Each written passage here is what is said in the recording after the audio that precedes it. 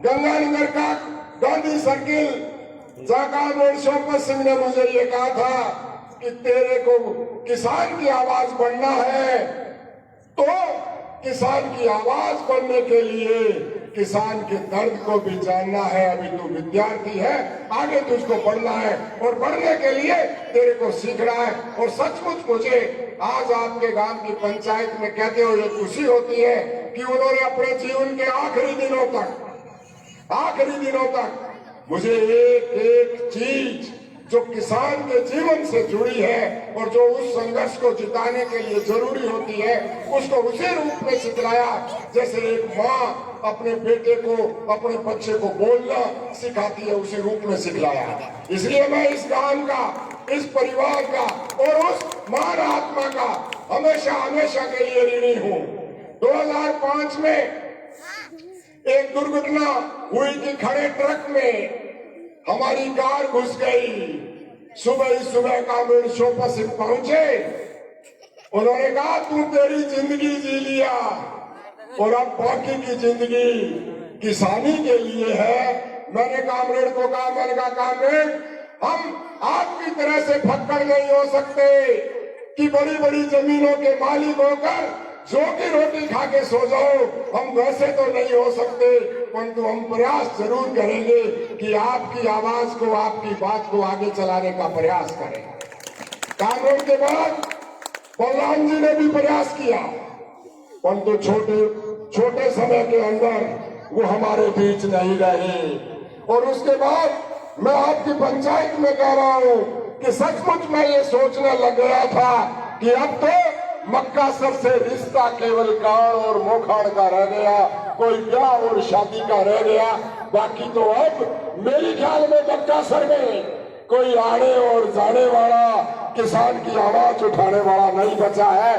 परंतु आज जो आप इस तादाद के अंदर आए हैं और इन नौजवानों ने जो आगे बढ़ने के लिए प्रयास किया है, वो निश्चित रूप से सराहनीय है और उसके लिए आप धन्यवाद के पात्र हैं।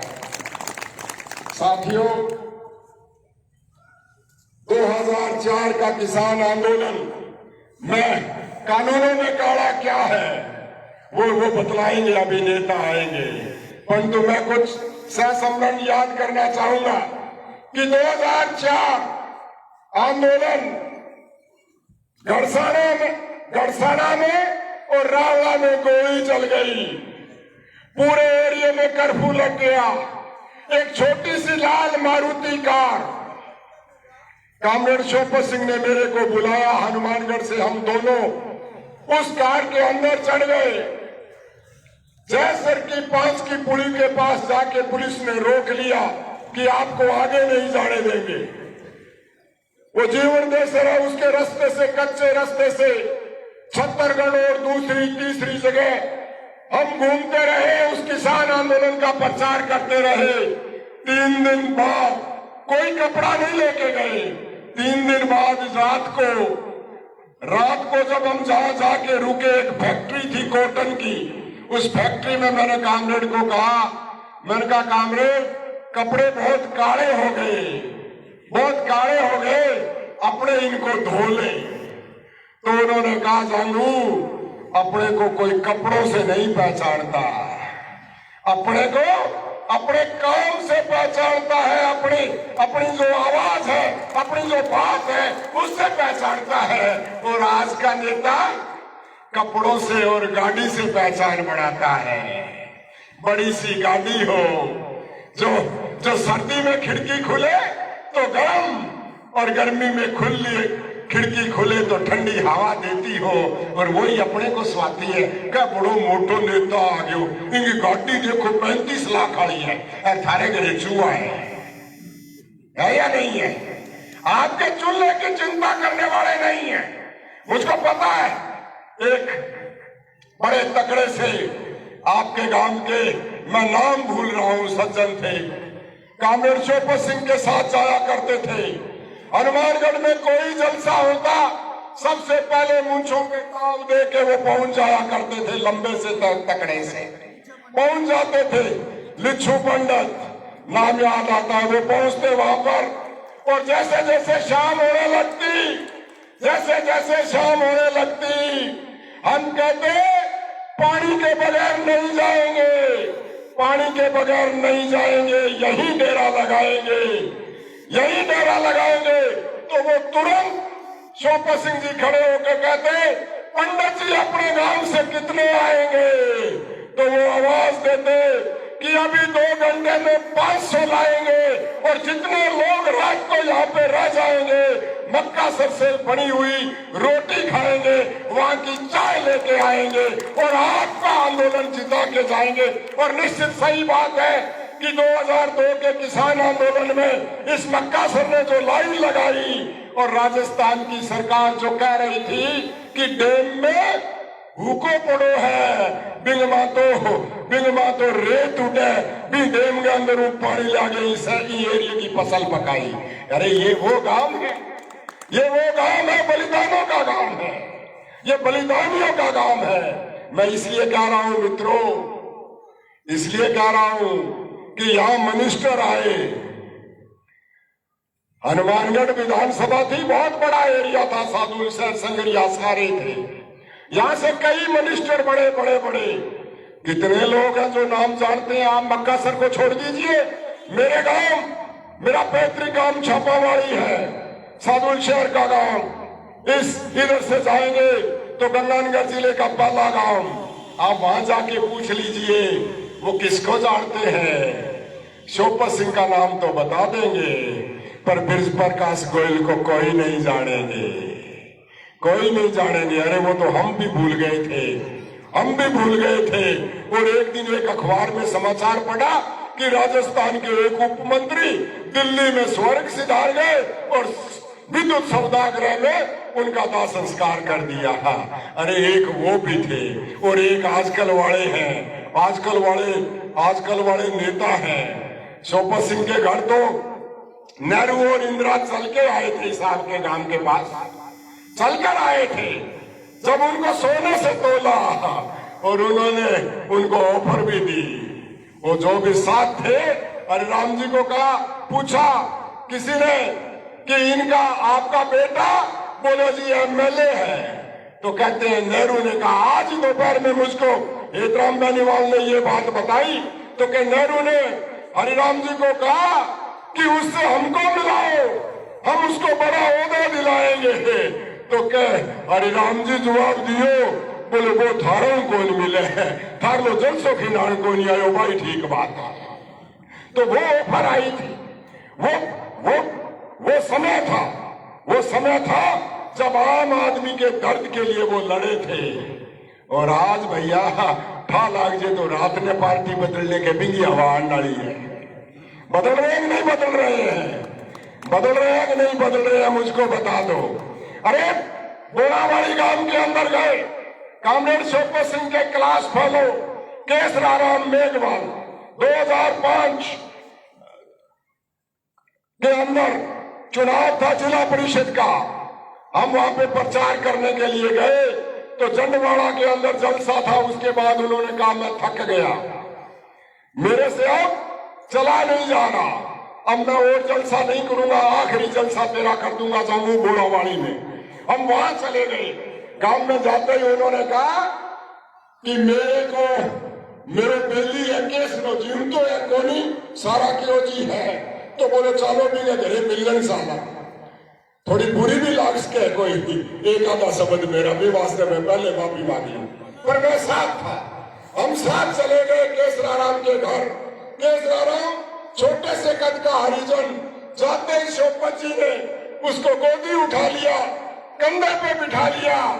तो वो कान के पास मुंह करके बोला, बोलो शोपत तुम जे कांग्रेस और बीजेपी में हूं तो मुख्यमंत्री बन जाते हो, वो ऊपर छोड़ दी हो, वो नीचे आ पड़ो। बोले मैं मुख्यमंत्री बन जाते हो तो 1 लाख लोगों ने इंदिरा के नाल के अंदर मुरबा खून दिरांतो हो, मैं जगह मुरबा बना दो। मैं तो मेरे लिए राजेंद्र सुभाषे का काम आता, तेरे काम को नहीं आता। मैं तो 1 लाख ने मुरबा दिला दिया। मैं इसलिए कह रहा हूं मित्रों कि आज इस आंदोलन के अंदर आहुति की जरूरत है। इस मक्का सर के अंदर भाई बोल रहे थे कि अरे अगुवाई करो, अगुवाई करो, तुम्हारे पास समय है। अब मैं तो ऐसे किस्से बताएं कि 1962 के अंदर सोपा सिंह जी के पास एक ट्रैक्टर, उसके पीछे ट्रॉली और ट्रॉली के ऊपर ही माइक। जब ये जलसे करते थे, गांव गांव में फिरते थे, एतराम और शौकत दोनों एक ही ट्रैक्टर पे चलते थे। आज तो थारे घर में गाड़ी नामने को नहीं। अगर थे, हिम्मत कर लो, हिम्मत कर लो तो ये मक्कासर का गांव हनुमानगढ़ जिले के अंदर काले कानूनों के खिलाफ ऐसी आवाज लगा जाए, ऐसा बुलंद नारा लगा जाए कि यहाँ पर किसी नेता की, किसी अधिकारी की आने की हिम्मत नहीं हो जब तक काले कानून वापस न हो जाए। ये पक्की बात है, ये पक्की बात है। परंतु इसके लिए हमको आगे आना होगा। मुझको विश्वास है इस गांव की गुआड़ के अंदर कि उस आवाज को, वो आवाज जो आवाज बोलती थी तो राजस्थान रुकता था।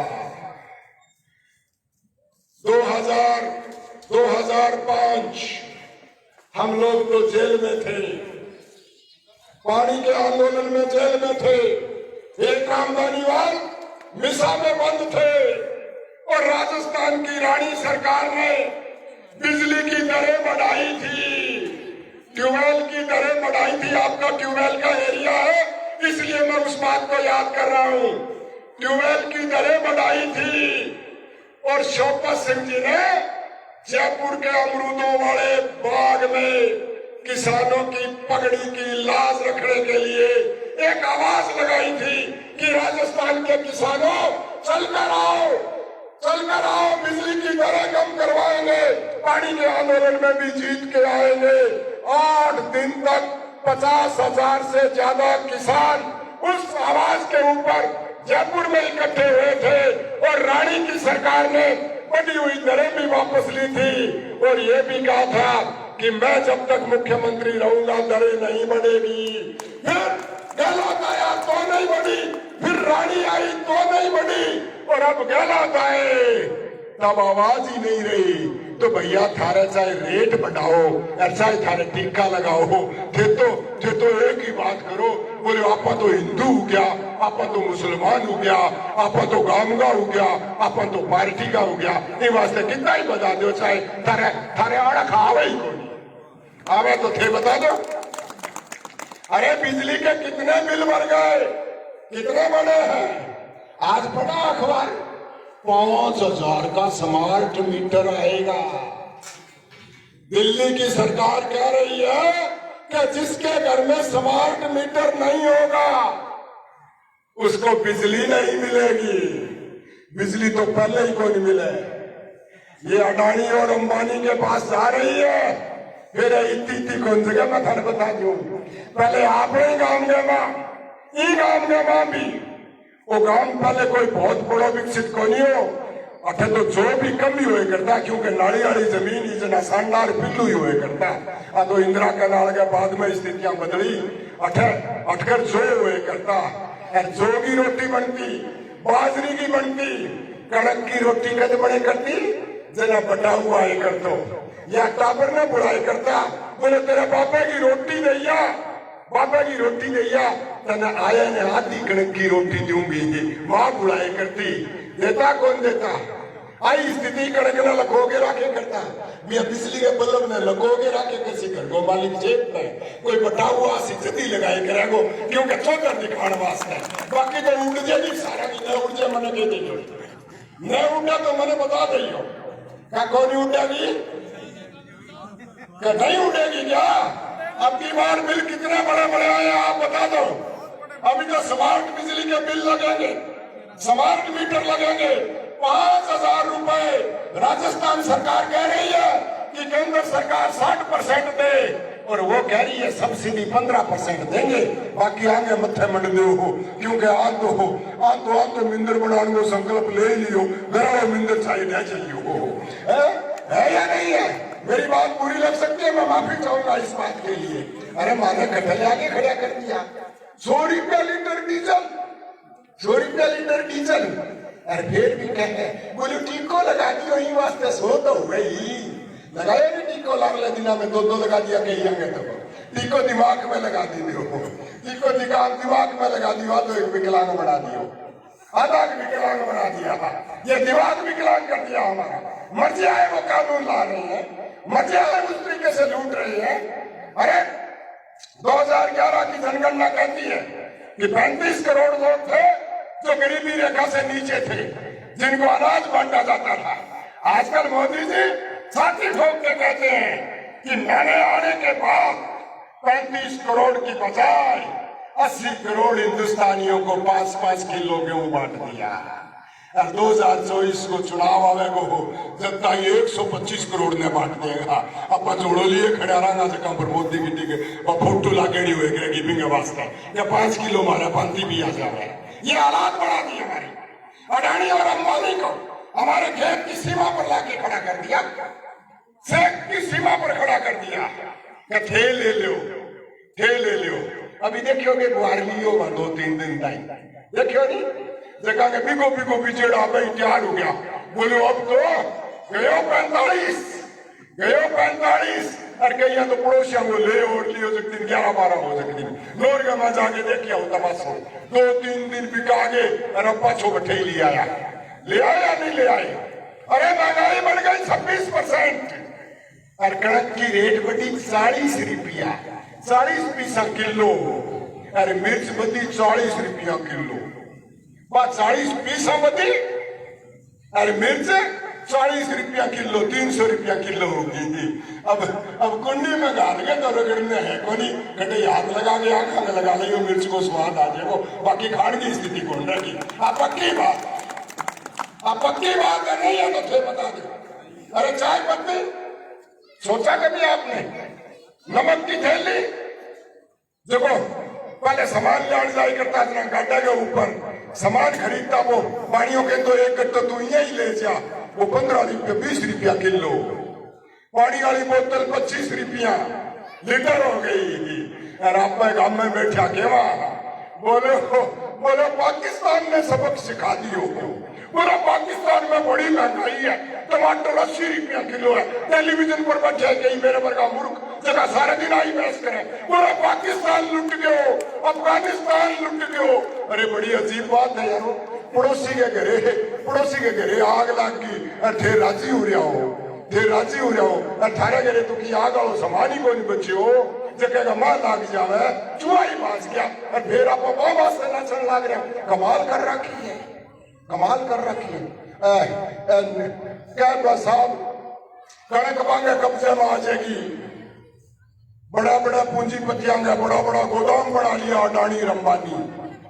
मैं 2-3 दिन हो गया रोज एक बात पढ़ूं क्या मुंद्रा वो है बंदरगाह गुजरात के अंदर क्या बटे 3000 किलो हेरोइन आ गई। मेरे पहले तो 2 दिन तो समझ को नहीं आई बाद में मैंने ठाला क्यों भी मोदी जी रेल आने दे दी सड़क आने दे दी हवाई जहाज आने दे दिया कणक का गोदाम आने दे दिया थारे BSNL आने बेच दियो दूसरी तीसरी स्टील अथॉरिटी और अथॉरिटी पथॉरिटी जो है सारी बेचनी कर दी। और फिर भी मेरे वर्गा भगत गए बोले तकड़ा नहीं आदमी और बाप जमीन बेचे जान लाग रहे हैं और बेटो फर्राटा मारन लाग रहे हैं बोले मेरो बाप तकड़ो है नहीं जमीन बेच के नुआ का पछड़ान लाग रहे हैं मैं चालेगा कितना दिन 100 की बेच दियो। फिर मेरा समझ आयो कि आप आगे नजर में आयो कि एक काम अजे ताई बाकी बच्चे लो पड़े हैं आप निकालेंगे समय क्या फिर मैं बेचता फिर नहीं गई कोई 200 की लिया हुआ कोई 500 की लिया हुआ आके बेच जावे वो काम भी अब अडानी ने दे दी हो 9000 करोड़ की मंगा ली थारे सामने मंगा ली कणक कौन मंगा ली बड़ा भीम भी मंगा ली समय भी मंगा ली। कमाल हो रहा है हिंदुस्तान के अंदर कमाल हो रहा है किस तरह का नंगा नाच हो रहा है। 1,79,000 करोड़ रुपया अडानी अंबानी और दूसरे उद्योगपतियों के टैक्स माफ किए जाते हैं और किसान को 2,000 रुपए साल में 3 बार भेज के 2,000 रुपए और कहा जा रहा है कि तेरा कल्याण कर दिया कर दिया या नहीं कर दिया? अभी नई रिपोर्ट आई है, 2 दिन पहले की रिपोर्ट है, जिसके अंदर कहा गया है कि आमदनी किसान की घट गई, दुगनी होने की बजाय उसकी आमदनी घटी है। नहीं घटी है तो आप बता दो। डीजल कितना बच गया? पश्चिमी बंगाल वाले चुनाव के बाद की बात कर लो, आपने बाकी की छोड़ दो। मैं मक्कासर में यह बात कहूं क्योंकि मक्कासर लड़ाकों का गांव, मक्कासर की आवाज जिसको सुन के दिल्ली भी कांपती थी, मक्कासर की आवाज अगर मक्कासर में बोलती तो हनुमानगढ़ का कलेक्टर कहता कि मिलने के लिए समय तय है और आते ही मिला देना। मैं उस गांव की पंचायत में कह रहा हूं कि डीजल के खिलाफ आप बोला कौन बोला नहीं?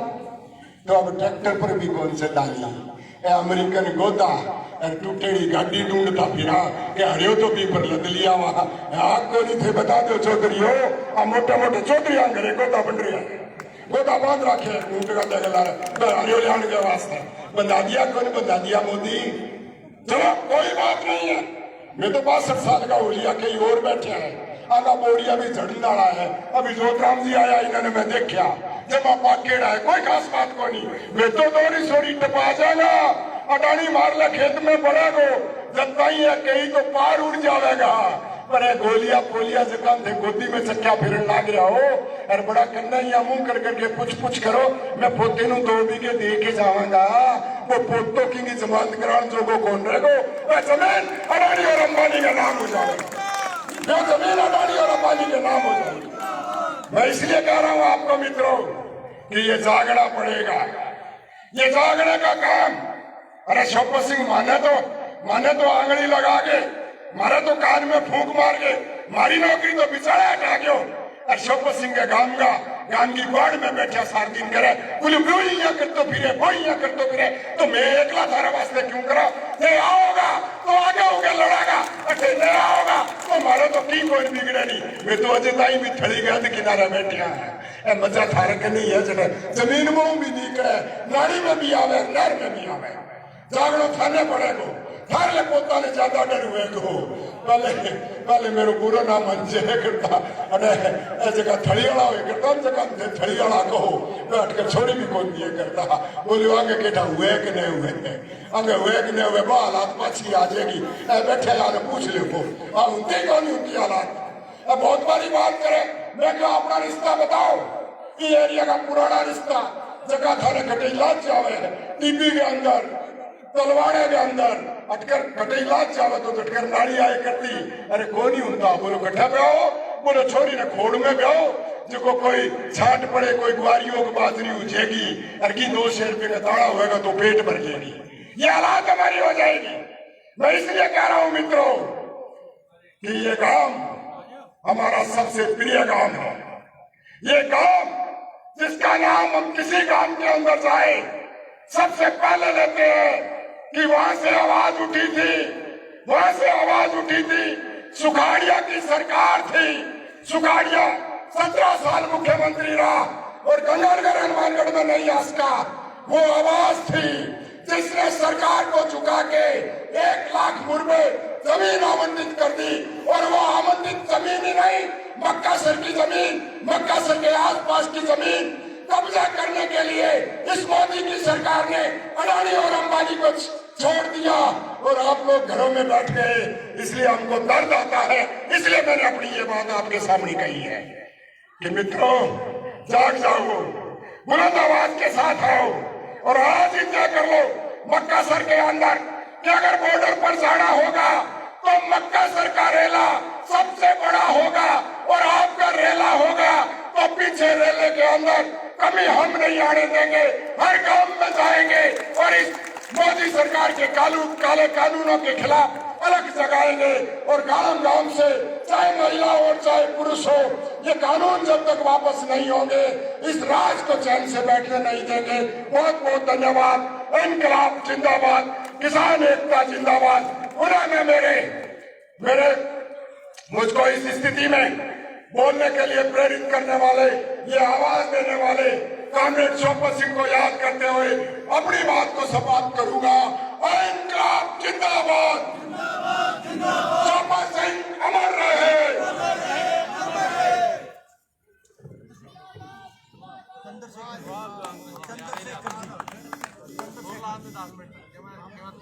अभी प्रोफेसर ओमजी जामो ने विस्तार से अपनी बात कही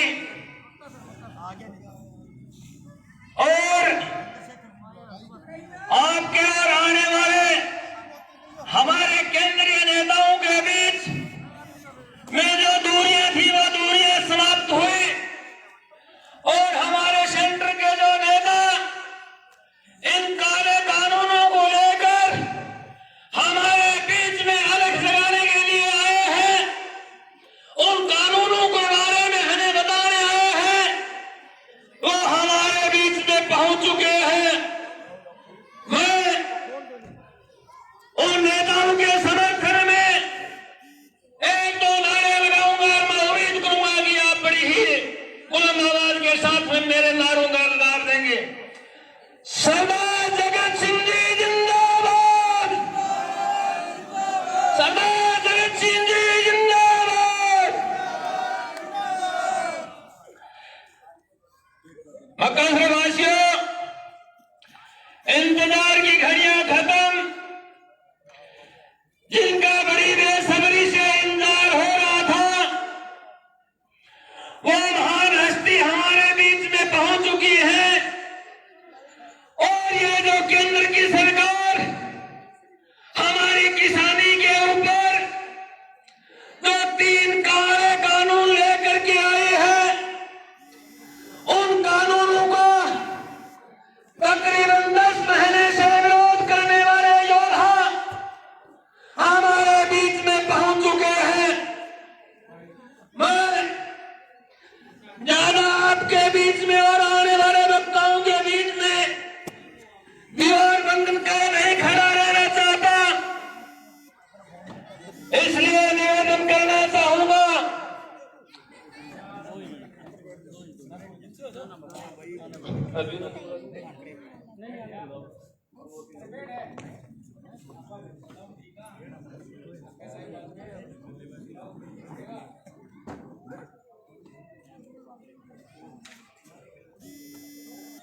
बुजुर्गों, जिनको सुनने के लिए आप काफी लोग से धैर्य धारे बैठे उनका इंतजार कर रहे थे, आपके बीच में पहुंच चुके हैं। मैं हमारे युवा नेता अभिमन्यु जी को हार से निवेदन करूंगा कि इस गांव के बुजुर्ग आपको सुनने के लिए काफी लंबे समय से अपने धैर्य का परिचय दिए हुए हैं, इसलिए आमंत्रित करना चाहूंगा अभिमन्यु जी को हार से कि वो आए और अपने ओजस्वी विचारों से इस सभा को संबोधित करें। साथी अभिमन्यु जी को हार।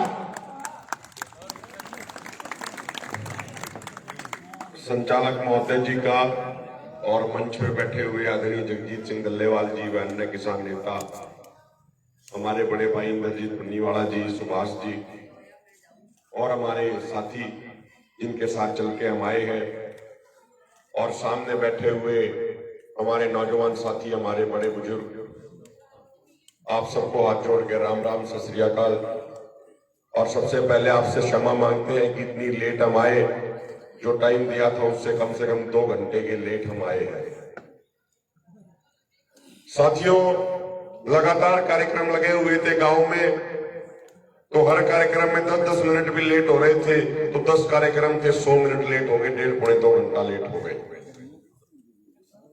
लेकिन मैं आपके जोश, जज्बे और धैर्य की मैं कदर करता हूं कि इतना लेट होने के बावजूद आप इतनी बड़ी संख्या में यहां पे बिल्कुल धैर्य, शांति के साथ बैठे हुए हैं।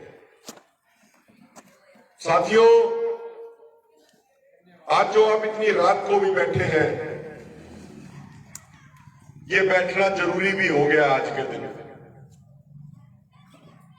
पिछले 10 महीने से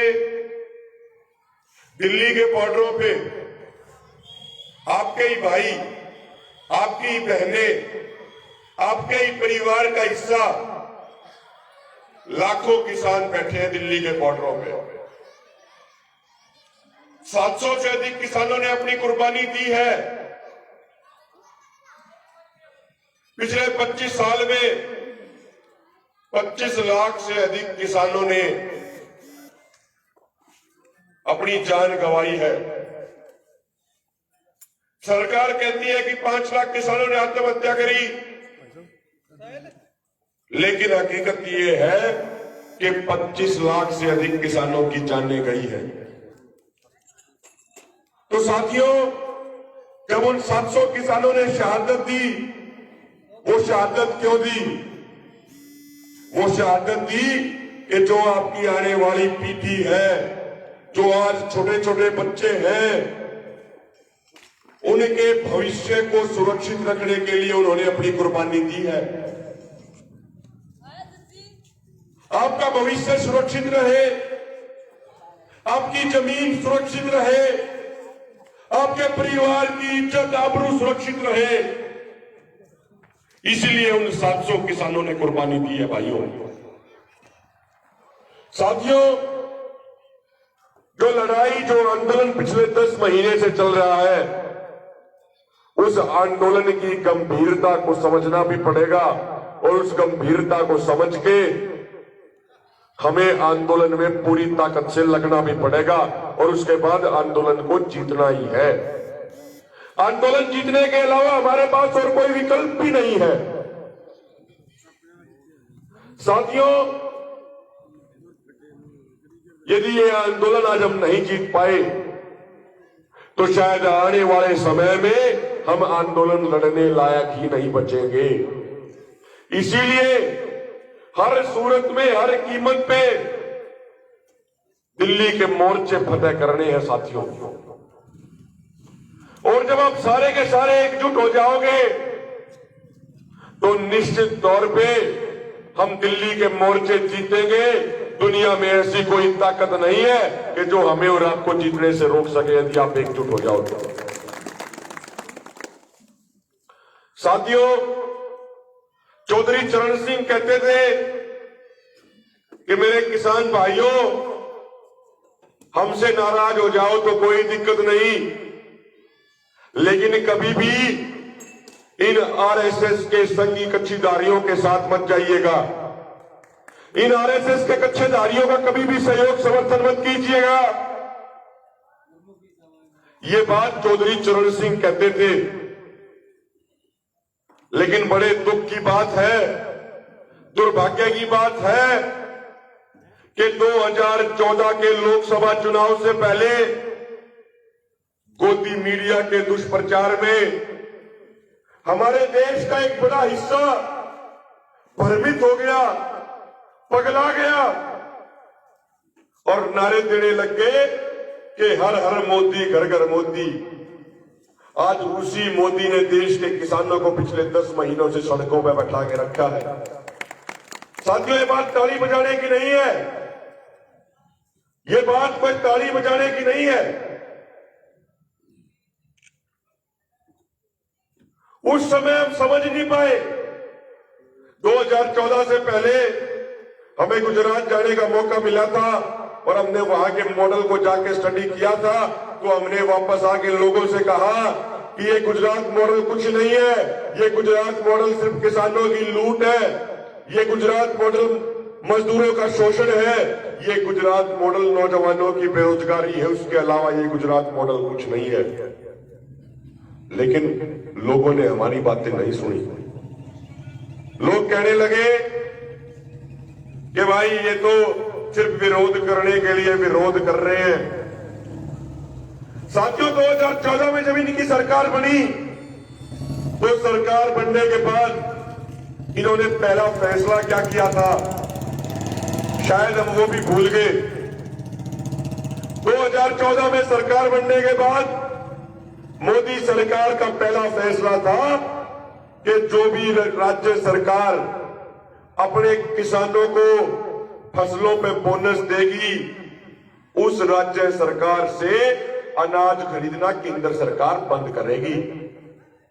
यानी जो फसलों पे बोनस मिल जाया करता, उस बोनस को बंद कराने का काम मोदी सरकार ने 2014 में अपनी पहली कैबिनेट की बैठक में पहला फैसला लिया था, लेकिन हम फिर भी नहीं जागे। हम फिर भी धर्म जातीय क्षेत्र के नाम पे पटे रहे। उसके बाद 2014 के आखिर में आपकी जमीन छीनने के लिए भूमि अधिग्रहण अध्यादेश 3 बार संसद में लाया गया, लेकिन उस समय इनकी राज्यसभा में मेजोरिटी नहीं थी। किसानों ने यानी आप लोगों ने आंदोलन लड़ा और वो भूमि अधिग्रहण अध्यादेश 3 बार संसद में गिरा। और उसके बाद प्रधानमंत्री नरेंद्र दामोदर दास मोदी ने क्या कहा कि केंद्र से पास नहीं हो पाया तो कोई बात नहीं, जिन जिन राज्यों में बीजेपी की सरकारें हैं वे राज्य सरकार बैक एंट्री से इस कृषि इस कानून को, इस भूमि अधिग्रहण अध्यादेश को लागू करे। और उसका छोटा सा नमूना आपको बता दूं, अभी 15 से 20 दिन पहले, मात्र 15 से 20 दिन पहले हरियाणा की विधानसभा में एक कानून पास किया गया। और कानून में क्या था कि जो पहले भूमि अधिग्रहण करने से पहले उस इलाके के 70% किसानों की सहमति लेना जरूरी होता था, अब कानून पास कर दिया गया कि किसी भी इलाके में, किसी भी एरिया में किसानों की जमीन लेनी है तो किसानों की सहमति लेने की कोई जरूरत नहीं है। अब नया बिल पास कर दिया कि पहले के तरीके से अब पहले सेक्शन 4 सेक्शन 6 के तहत नोटिस देने की कोई जरूरत नहीं है। यानी यदि रात को 12 बजे कोई कलेक्टर और कोई कंपनी वाला आपके खेत में आके खड़ा हो जाता है और कहता है कि ये जमीन तो मुझे चाहिए, तो आप मना नहीं कर सकते, आपकी जमीन वो ले लेंगे।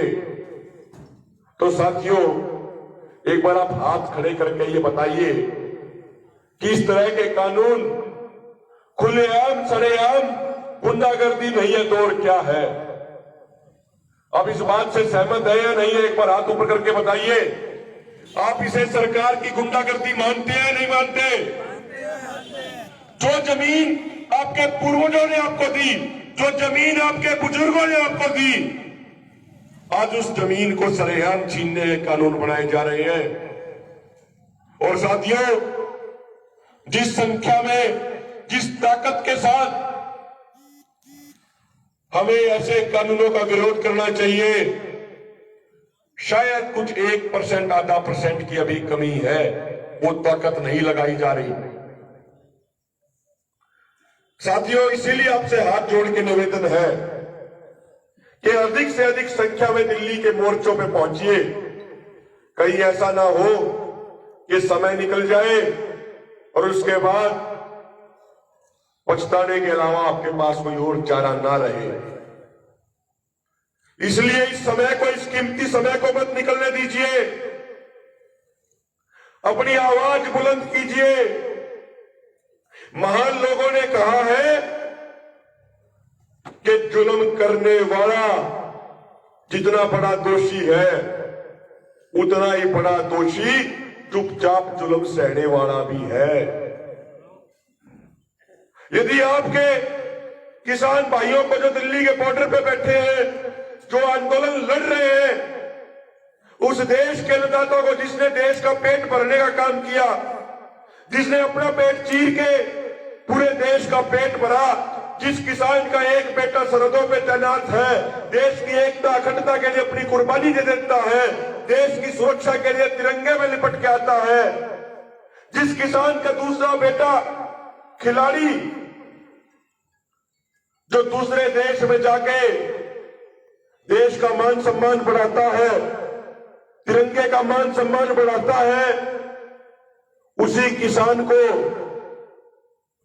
ये मोदी सरकार, इस सरकार के प्रवक्ता कभी मवाली बोलते हैं, कभी आतंकवादी बोलते हैं, कभी खालिस्तानी बोलते हैं, कभी नक्सलवादी बोलते हैं, कभी माओवादी बोलते हैं, और उसके बावजूद आपका खून नहीं खोलता।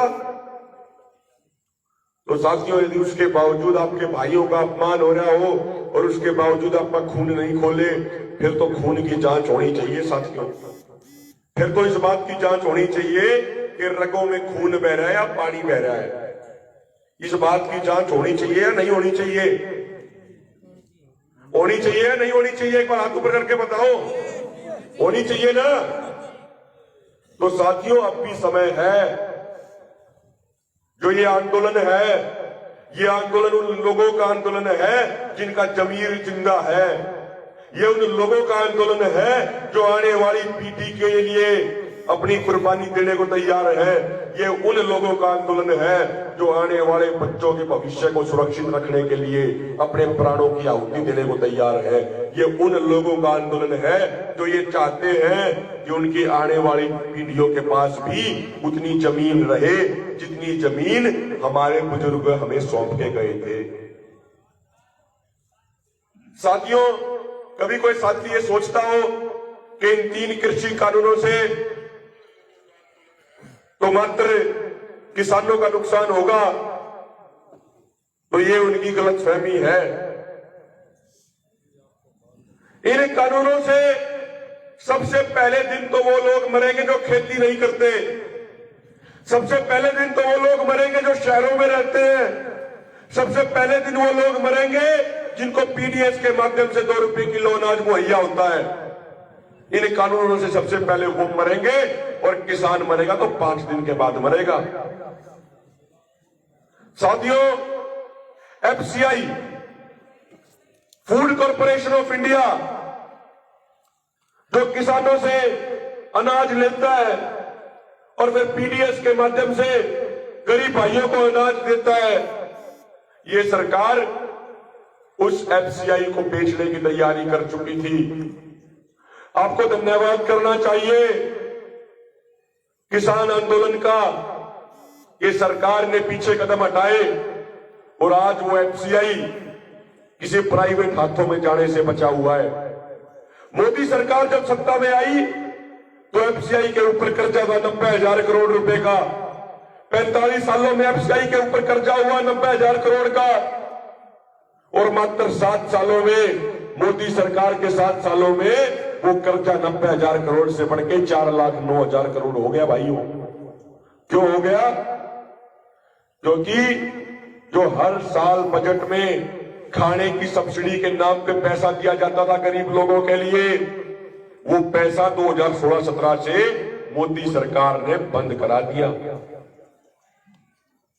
साथियों, किसी भी कंपनी को बेचने से पहले ये उस कंपनी को घाटे में दिखाते हैं, उस कंपनी को कर्जे में दिखाते हैं और उसके बाद उस कंपनी को ये बेच देते हैं। साथियों, जब से ये कानून आए, मध्य प्रदेश के अंदर 47 मंडियों में ताले लग गए, गुजरात में 22 मंडियां खत्म हो गई, हरियाणा में 17 मंडियों को बंद करने का प्रयास किया गया। आपने हरियाणा में एक जिले का नाम सुना होगा, कैथल।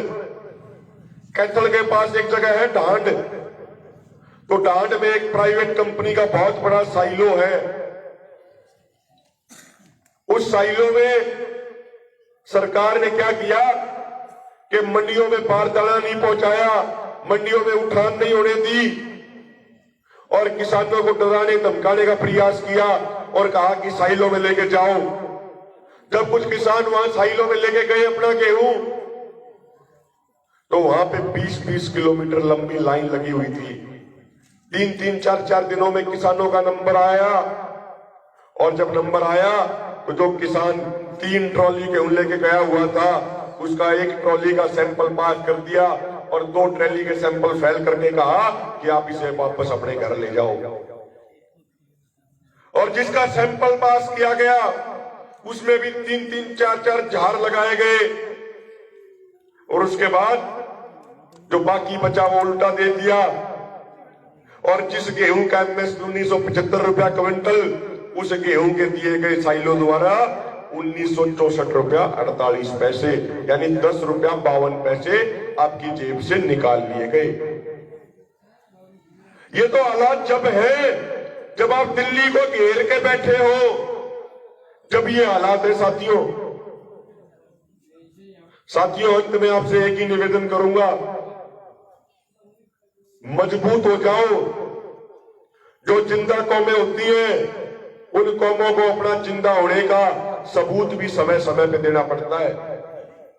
तो आप मजबूत हो जाओ, जिंदा दिली के साथ आंदोलन लड़ो, अधिक से अधिक संख्या में दिल्ली के बॉर्डरों पे अपनी हाजिरी बढ़ाओ, और जो आपके लोकल इलाके से जो साथी आपको लगे कि ये निस्वार्थ भाव से, ये बिना किसी लोभ लालच के, बिना किसी राजनीतिक मंशा के आपके हकों की आवाज को बुलंद करते हैं, जिस पे आपको यह विश्वास हो, उन लोगों के हाथ मजबूत करने का काम आप लोग कीजिए। हम तो कभी महीने साल में, 6 महीने 1 साल में जब आप बुलाओगे आ जाएंगे, लेकिन आपके हकों की लड़ाई लड़नी है आपके स्थानीय नुमाइंदों ने। आप उनके हाथ मजबूत करने का काम करो। और मैं तो एक निवेदन करता हूं कि 27 तारीख को भारत बंद को सफल बनाओ, और उसके बाद इस पूरे इलाके से एक बड़ा काफिला लेके दिल्ली के मोर्चों की तरफ कूच कर जाओ। पहले सिंघू बॉर्डर जाओ, टिकरी बॉर्डर जाओ, गाजीपुर बॉर्डर जाओ, और ये दिखाओ कि राजस्थान इस आंदोलन में एक कदम भी पीछे नहीं है। राजस्थान भी कंधे से कंधा मिला के चल रहा है। ये काफिला आप लेके जाइए। साथियों, शायद हम भी खुद का अपना इतिहास भूल जाते हैं। वो था ना कि हनुमान जी को अपनी ताकत याद दिलानी पड़ती थी, वो अपनी खुद की ताकत भूल जाते थे। तो वही हाल इस किसान मजदूर कौम का है कि ये अपनी खुद की ताकत भूल जाती है। साथियों, हम उन लोगों के वंशज हैं जिन्होंने काबुल तक राज किया था। दुनिया में ऐसी कोई ताकत नहीं जो अफगानिस्तान पे राज कर सकती, लेकिन हमारे और आपके पूर्वजों ने काबुल तक राज किया था। हमारे पूर्वजों ने भारत को आजाद कराने के लिए अपने शीश कटाए थे, अपनी कुर्बानी की थी, फांसी के फंदे को चूमा था। हम वो लोग हैं कि जब सोमनाथ के मंदिर को लूट के लुटेरे जा रहे थे, तो उन लुटेरों को लूटने और सबक सिखाने का काम हमारे पूर्वजों ने किया था, किसान मजदूरों ने किया था।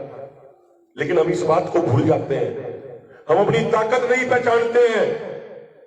मेरा आपसे हाथ जोड़ के ये विनम्रता पूर्वक ये निवेदन है कि साथियों, अब खड़े हो जाओ, आंदोलन लड़ो, अपना जमीर जिंदा होने का सबूत दो। इतिहास किसी को बख्शता नहीं है। आने वाले समय में जब ये छोटे छोटे बच्चे, आपके पोते पोती बड़े हो जाएंगे, तो वो आपसे कुछ सवाल करेंगे, और सवाल इसलिए करेंगे क्योंकि सरकार के पास आपके नौजवानों को, आपके बच्चों को, आपके पोते पोतियों को रोजगार देने के लिए कोई नौकरी नहीं है, कोई नौकरी नहीं है। 14 करोड़ रोजगार देने की बात करने वाली मोदी सरकार 15 करोड़ रोजगार खत्म कर चुकी है, और ऐसे कानूनों के माध्यम से ये आपकी जमीन छीनना चाहते हैं। तो आने वाली पीढ़ियां सवाल करेंगी कि जब देश को बचाने की लड़ाई दिल्ली के मोर्चों पर चल रही थी, तो काका ताऊ दादा दादी मम्मी पापा ये बताओ कि आप लोग उस समय क्या कर रहे थे। यदि आप घरों में बैठे रहे तो अपने बच्चों को जवाब देना मुश्किल हो जाएगा, उनकी नजरों से नजर नहीं मिला पाओगे। और यदि आपने आंदोलन में बढ़ चढ़ के भाग लिया तो आप छाती ठोक के गर्व से ये बात कह सकोगे, अपनी गर्दन ऊपर करके, कि जब देश को बचाने की लड़ाई चल रही थी तो उस समय हम लोग दिल्ली की बॉर्डर की सड़कों में बैठे थे। ये बात आप गर्व से कह पाओगे। इसलिए साथियों, आपसे अंत में फिर ये निवेदन है कि दिल्ली के मोर्चों पे अपनी संख्या बढ़ाओ, आंदोलन को मजबूत करो, और एक बड़ा काफिला लेके हनुमानगढ़ जिले के सैकड़ों नहीं हजारों गाड़ियों के साथ आप सिंघू टिकरी गाजीपुर बॉर्डर पे कूच करो। वहां रुकने का, खाने वाने का सब इंतजाम आपके लिए होगा। तो एक बार ईमानदारी से, सच्चाई से हाथ खड़े करके बताना कि कौन कौन भाई हैं जो आंदोलन को जीतना चाहते हैं। एक बार हाथ ऊपर करके बताओ। और अब ये बताओ कि कौन कौन से भाई काफिला बना के दिल्ली के मोर्चों पे पहुंचेंगे। एक बार वो साथी भी हाथ ऊपर करके बताओ, झूठ मत बोलना। तो साथियों, अंत में हमें यह बताया गया कि ये कॉमरेड शोपत सिंह जी का गांव है, जिन्होंने अपना पूरा जीवन कमेरे वर्ग की भलाई के लिए लगा दिया। तो हम इस पूरे गांव का, इन कार्यक्रमों के आयोजन करने वाले सभी साथियों का धन्यवाद करते हैं कि हमें भी ऐसे क्रांतिकारी गांव में आने का आप लोगों ने मौका दिया, जिस गांव में कॉमरेड शोपत सिंह जी ने जन्म लिया। तो अंत में एक बार जोरदार नारे लगा दो, दोनों हाथ ऊपर करके। पूरे गांव में आवाज जानी चाहिए साथियों, पूरे गांव को पता लगना चाहिए कि आज गांव में कुछ हुआ है। दोनों हाथ ऊपर करके जोरदार नारे लगाएंगे। जो आंदोलन जीतना चाहता है उसके दोनों हाथ ऊपर होने चाहिए। किसान मजदूर एकता, किसान मजदूर एकता, हमारा भाईचारा, हमारा भाईचारा।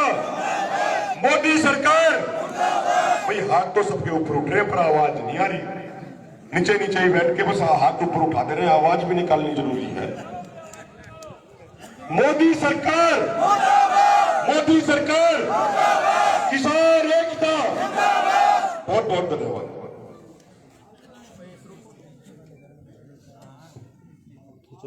धन्यवाद अभिमन्यु जी।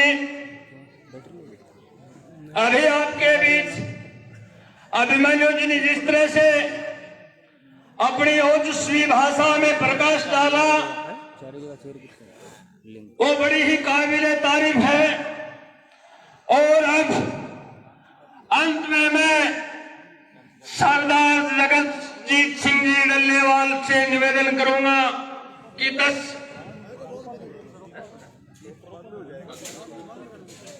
बात हो जाएगी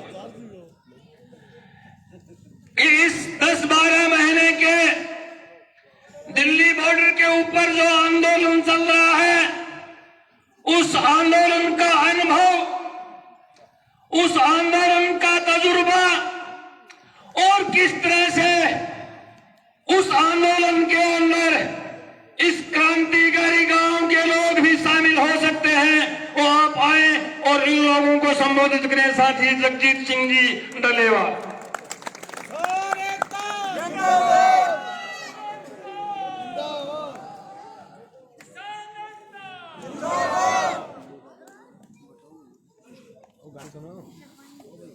परम सत्कारयोग मेरे बहुत ही प्यारे जुझारू किसान नौजवान ते बुजुर्ग दोस्तों, फतेह प्रवान करियो। वाहिगुरु जी का खालसा, वाहिगुरु जी की फतेह।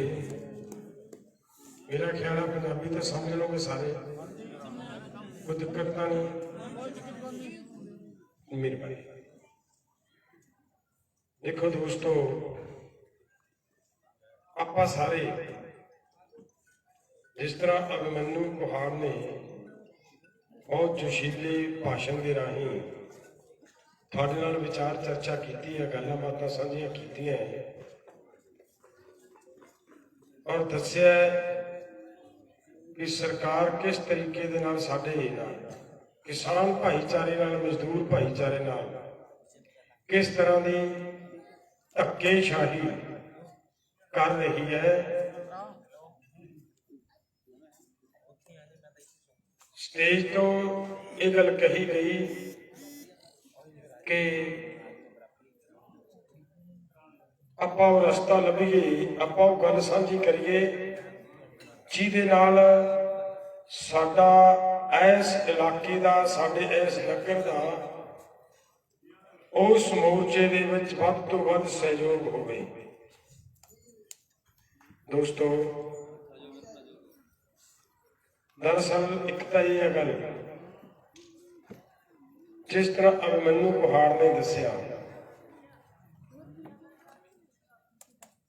कि अगर जमीन बचानी है तो सानू सारिਆਂ ਨੂੰ मोर्चे दे विच डटना पैना है, एक लाइन खिंचनी पैनी है। ਇੱਕ ਪਾਸੇ ਤੇ ਲੜਨ ਵਾਲੇ ਲੋਕ ਮੈਦਾਨ ਦੇ ਵਿੱਚ ਖੜੇ ਨੇ, ਤੇ ਇੱਕ ਪਾਸੇ ਜੇ ਅਸੀਂ ਘਰੇ ਬੈਠੇ ਆ ਤਾਂ ਸਾਡੀ ਗਿਣਤੀ ਫਿਰ ਉਹਨਾਂ 'ਚ ਹੁੰਦੀ ਹੈ ਜਿਹੜੇ ਅੰਦੋਲਨ ਲੜਨਾ ਨਹੀਂ ਚਾਹੁੰਦੇ ਔਰ ਤੁਹਾਡੇ ਦੁਸ਼ਮਣ ਬਣੇ ਬੈਠੇ ਨੇ। ਤੁਸੀਂ ਵੀ ਆਪਣੇ ਘਰੇ ਬਹਿ ਕੇ ਜੇ ਉੱਥੇ ਮੋਰਚੇ 'ਚ ਨਹੀਂ ਗਏ ਤਾਂ ਨਾ ਚਾਹੁੰਦੇ ਹੋਏ ਵੀ ਆਪਣੇ ਦੁਸ਼ਮਣਾਂ 'ਚ ਸ਼ਾਮਲ ਹੋ ਜਾਓਗੇ। ਤੇ ਦੋਸਤੋ, ਇਹਦੇ ਨਾਲ ਨਾਲ ਜਦੋਂ ਤੁਸੀਂ ਕਾਨੂੰਨਾਂ ਦੀ ਹਕੀਕਤ ਨੂੰ ਸਮਝਾਂਗੇ, ਅਸੀਂ ਇਹਨੂੰ ਸਮਝਣਾ ਬਹੁਤ ਜ਼ਰੂਰੀ ਹੈ। ਜਦੋਂ ਅਸੀਂ ਅਸਲ ਕਹਾਣੀ ਸਮਝ ਜਾਗੇ ਤਾਂ ਮੈਨੂੰ ਨਹੀਂ ਲੱਗਦਾ ਕਿ ਕੋਈ ਕਿਸਾਨ ਜਾਂ ਮਜ਼ਦੂਰ ਘਰੇ ਬੈਠਾ ਰਹੇ ਜੀ। ਲੇਕਿਨ ਸਮਝ ਆਉਣਾ ਬਹੁਤ ਜ਼ਰੂਰੀ ਹੈ ਕਿ ਕਾਨੂੰਨ ਕੀ ਨੇ, ਕੀ ਇਹ ਸਾਡੇ ਤੋਂ ਜਿਹੜਾ ਕਿਹਾ ਜਾ ਰਿਹਾ। ਹੁਣ ਬਹੁਤ ਵੱਡਾ ਕਨਫਿਊਜ਼ਨ ਹੈ। ਪਿੱਛੇ ਅਸੀਂ ਇੱਕ ਪਿੰਡ 'ਚ ਬੋਲੇ, ਉੱਥੇ ਵੀਰਾਂ ਨੇ ਸਾਨੂੰ ਇੱਕ ਬੇਨਤੀ ਕੀਤੀ ਕਿ ਜੀ ਤੁਸੀਂ ਦੱਸੋ, ਸਾਡੇ ਲੋਕ ਜਾਣਨਾ ਚਾਹੁੰਦੇ ਹੈ ਕਿ ਇਹਨਾਂ ਕਾਨੂੰਨਾਂ ਦੇ ਵਿੱਚ ਕਾਲਾ ਕੀ ਹੈ, ਭੈੜਾਪਨ ਕੀ ਹੈ, ਬੁਰਾਈ ਕੀ ਹੈ।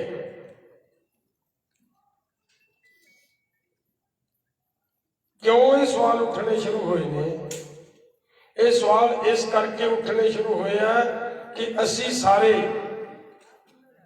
ਸਾਰਾ ਭਾਰਤ ਇਹਨਾਂ ਕਾਨੂੰਨਾਂ ਦੇ ਖਿਲਾਫ ਲੜਾਈ ਲੜ ਰਿਹਾ ਹੈ ਤੇ ਬੀਜੇਪੀ ਰੋਜ਼ਾਨਾ ਰੋਜ਼ ਝੂਠ ਤੇ ਝੂਠ ਬੋਲ ਰਹੀ ਹੈ ਕਿ ਕਾਨੂੰਨ ਬਹੁਤ ਚੰਗੇ ਨੇ, ਲੋਕ ਪੱਖੀ ਨੇ, ਲੋਕਾਂ ਲਈ ਬਣੇ ਨੇ। ਇੱਕ ਝੂਠ ਹੋਰ ਮਾਰਦੇ ਆ, ਇਹ ਤੁਸੀਂ ਵੀ ਸੁਣਿਆ ਹੋਏਗਾ। ਕੀ ਕਹਿੰਦੇ ਆ ਕਿ ਜੀ ਇਹ ਕਿਸਾਨ ਲੀਡਰ 11 ਮੀਟਿੰਗਾਂ 'ਚ ਸਾਨੂੰ ਦੱਸ ਹੀ ਨਹੀਂ ਸਕੇ ਕਿ ਕਾਨੂੰਨਾਂ 'ਚ ਕਾਲਾ ਕੀ ਹੈ।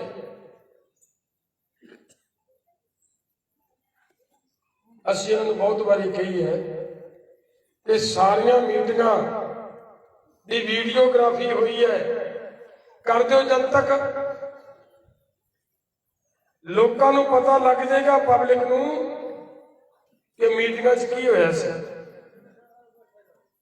ਦੱਸੋ ਨਾ ਲੋਕਾਂ ਨੂੰ, ਪਬਲਿਕ ਦੇ ਵਿੱਚ ਲੈ ਕੇ ਜਾਓ, ਪਬਲਿਕ ਨੂੰ ਪਤਾ ਲੱਗੇ। ਨਹੀਂ ਜਦ ਤੱਕ ਕਰਦੇ। ਤੇ ਦੋਸਤੋ, ਮੀਟਿੰਗ ਦੇ ਵਿੱਚ, ਉਹਨਾਂ ਮੀਟਿੰਗਾਂ 'ਚ ਜਿਸ ਤਰੀਕੇ ਦੇ ਨਾਲ ਸਰਕਾਰ ਦਾ ਨੱਕ ਰਗੜਾਇਆ ਹੈ ਨਾ, ਇੱਕ ਗੱਲ ਤੁਹਾਨੂੰ ਮੈਂ ਦੱਸਦਾ ਤੇ ਸਮਝ ਆ ਜਾਊ ਕਿ ਕੀ ਹੋਇਆ ਹੋਏਗਾ ਮੀਟਿੰਗਾਂ 'ਚ। ਤੁਸੀਂ ਅੰਦਾਜ਼ਾ ਲਾ ਲਿਓ। ਸਾਡੀਆਂ 5 ਮੀਟਿੰਗਾਂ ਹੋ ਗਈਆਂ। ਤੀਸਰੀ ਮੀਟਿੰਗ ਦੇ ਵਿੱਚ ਬਹਿਸ ਹੋਈ ਕਲੌਜ਼ ਵਾਈਜ਼ ਕਾਨੂੰਨਾਂ ਤੇ ਜਿਸ ਵੇਲੇ ਕਾਨੂੰਨਾਂ ਤੇ ਬਹਿਸ ਹੋਣੀ ਸੀ, ਸਾਨੂੰ ਪੱਤਰਕਾਰ ਪੁੱਛਦੇ ਆ ਕਿ ਪ੍ਰਧਾਨ ਜੀ ਤੁਸੀਂ ਅੱਜ ਬਹਿਸ ਦੇ ਵਿੱਚ ਚੱਲੇ ਹੋ, ਤਿਆਰੀ ਹੈ? ਮੈਂ ਕਿਹਾ ਵੀ ਤਿਆਰੀ ਨੂੰ ਅਸੀਂ ਕੀ ਕਰਨਾ ਸੀ, ਸਾਨੂੰ ਤਾਂ ਤਿਆਰੀ ਦੀ ਕੋਈ ਲੋੜ ਨਹੀਂ। ਤਾਂ ਉਹ ਕੀ ਜਵਾਬ ਦਿੰਦੇ? ਕਹਿੰਦੇ ਅੱਗੋਂ ਸਰਕਾਰ ਨੇ ਐਕਸਪਰਟ ਬੁਲਾਏ ਹੋਏ ਨੇ, ਮਾਹਰ ਸੱਦੇ ਹੈ। ਮੈਂ ਕਹਿੰਦਾ ਦੁਰ ਫਿੱਟੇ ਮੂੰਹ ਇਹ ਜੀ ਸਰਕਾਰ ਦਾ। ਉਹ ਜੱਟਾਂ ਨਾਲ ਬਹਿਸ ਕਰਨੀ ਹੈ, ਸਧਾਰਨ ਜੱਟਾਂ ਨਾਲ, ਤੇ ਐਕਸਪਰਟ ਸੱਦਣੇ ਪੈ ਜਾਣ, ਮਾਹਰ ਸੱਦਣੇ ਪੈ ਜਾਣ, ਤੇ ਇਹਦਾ ਮਤਲਬ ਕੀ ਨਿਕਲਦਾ ਹੈ ਕਿ ਇਹਨਾਂ ਲੋਕਾਂ ਨੂੰ ਖੁਦ ਨੂੰ ਕਾਨੂੰਨਾਂ ਬਾਰੇ ਕੋਈ ਪਤਾ ਨਹੀਂ। ਇਹ ਕਾਨੂੰਨ ਕਿਤੋਂ ਆਏ ਨੇ ਬਣ ਕੇ, ਤੇ ਜਿੱਥੋਂ ਇਹ ਬਣ ਕੇ ਆਏ ਹੈ ਉਹਨਾਂ ਨੇ ਬਣਾਈ ਇਸ ਸਾਜ਼ਿਸ਼ ਨਾਲ ਹੈ, ਬਣਾਈ ਇਸ ਪਰਪਸ ਨਾਲ ਹੈ ਕਿ ਹਰ ਹਾਲ ਦੇ ਵਿੱਚ ਕਿਸਾਨਾਂ ਦੀ ਜ਼ਮੀਨ ਹੜੱਪ ਕਰਨੀ ਹੈ। ਸਾਰੀ ਘਸਾਲੇ ਤਸੱਲੀਆਂ ਕਰਾਤੀਆਂ। ਤੇ ਇਹ ਤਾਂ ਮੈਂ ਤੁਹਾਨੂੰ ਦੱਸ ਰਿਹਾ ਨਾ ਕਿ ਉੱਥੇ ਕੀ ਹੋਇਆ। ਹੁਣ ਇੱਕ ਗੱਲ ਨੋਟ ਕਰਿਓ, 5ਵੀਂ ਮੀਟਿੰਗ ਹੋ ਗਈ ਸਾਡੀ, ਤੇ ਜਿੱਦੇ 6ਵੀਂ ਮੀਟਿੰਗ ਹੋਣੀ ਸੀ, ਇਹ ਸਰਕਾਰ ਵਾਲਿਆਂ ਨੂੰ ਕੀ ਲੱਗਿਆ ਵੀ ਇਹ ਕਿਸਾਨ ਨੇ, ਇਹ ਕਿਸੇ ਵੀ ਤਰੀਕੇ ਦੇ ਨਾਲ ਸਾਡੇ ਕਾਬੂ ਨਹੀਂ ਆ ਰਹੇ, ਕੀ ਕੀਤਾ ਜਾਏ। ਹਕੀਕਤ ਦੱਸ ਰਿਹਾ ਬਿਲਕੁਲ 100%। ਇਹਨਾਂ ਨੇ ਕਿਸੇ, ਮੇਰਾ ਖਿਆਲ ਹੈ ਤੰਤਰਕ ਤੋਂ ਕਿਸੇ ਤੋਂ ਪੁੱਛ ਲਿਆ ਹੋਗਾ, ਇਹ ਉਹ ਦੱਸ ਸਕਦੇ ਆ ਕਿੱਥੋਂ ਪੁੱਛਿਆ ਬੱਚਿਆ ਹੋਣਾ। ਤੇ ਜਦੋਂ ਸਾਡੀ 6ਵੀਂ ਮੀਟਿੰਗ ਹੋਣੀ ਸੀ ਨਾ, ਇਹਨਾਂ ਨੂੰ ਕਿਸੇ ਨੇ ਦੱਸਿਆ ਵੀ ਇਹ ਤੁਹਾਡੇ ਤੇ ਭਾਰੂ ਇਸ ਕਰਕੇ ਪੈਂਦੇ ਆ, ਇਹ ਤੁਹਾਡੇ ਕਾਬੂ ਇਸ ਕਰਕੇ ਨਹੀਂ ਆ ਰਹੇ ਕਿ ਇਹਨਾਂ ਦਾ ਮੂੰਹ ਜਦੋਂ ਮੀਟਿੰਗ 'ਚ ਬੈਠਦੇ ਆ, ਇਹਨਾਂ ਦਾ ਮੂੰਹ ਹੋਰ ਦਿਸ਼ਾ ਵੱਲ ਨੂੰ ਹੈ। ਅਗਲੀ ਵਾਰ ਨੂੰ ਤੁਸੀਂ ਇਹਨਾਂ ਵਾਲੀਆਂ ਕੁਰਸੀਆਂ ਤੇ ਆਓ, ਇਹਨਾਂ ਨੂੰ ਤੁਹਾਡੇ ਵਾਲੀਆਂ ਕੁਰਸੀਆਂ ਤੇ ਲੈ ਕੇ ਜਾਓ, ਫੇਰ ਤੁਹਾਡੇ ਕਾਬੂ ਆਉਣਗੇ। ਦੁਰ ਫਿੱਟੇ ਮੂੰਹ ਤੁਹਾਡੇ। ਕੁਰਸੀਆਂ ਬਦਲੀਆਂ ਉੱਥੇ,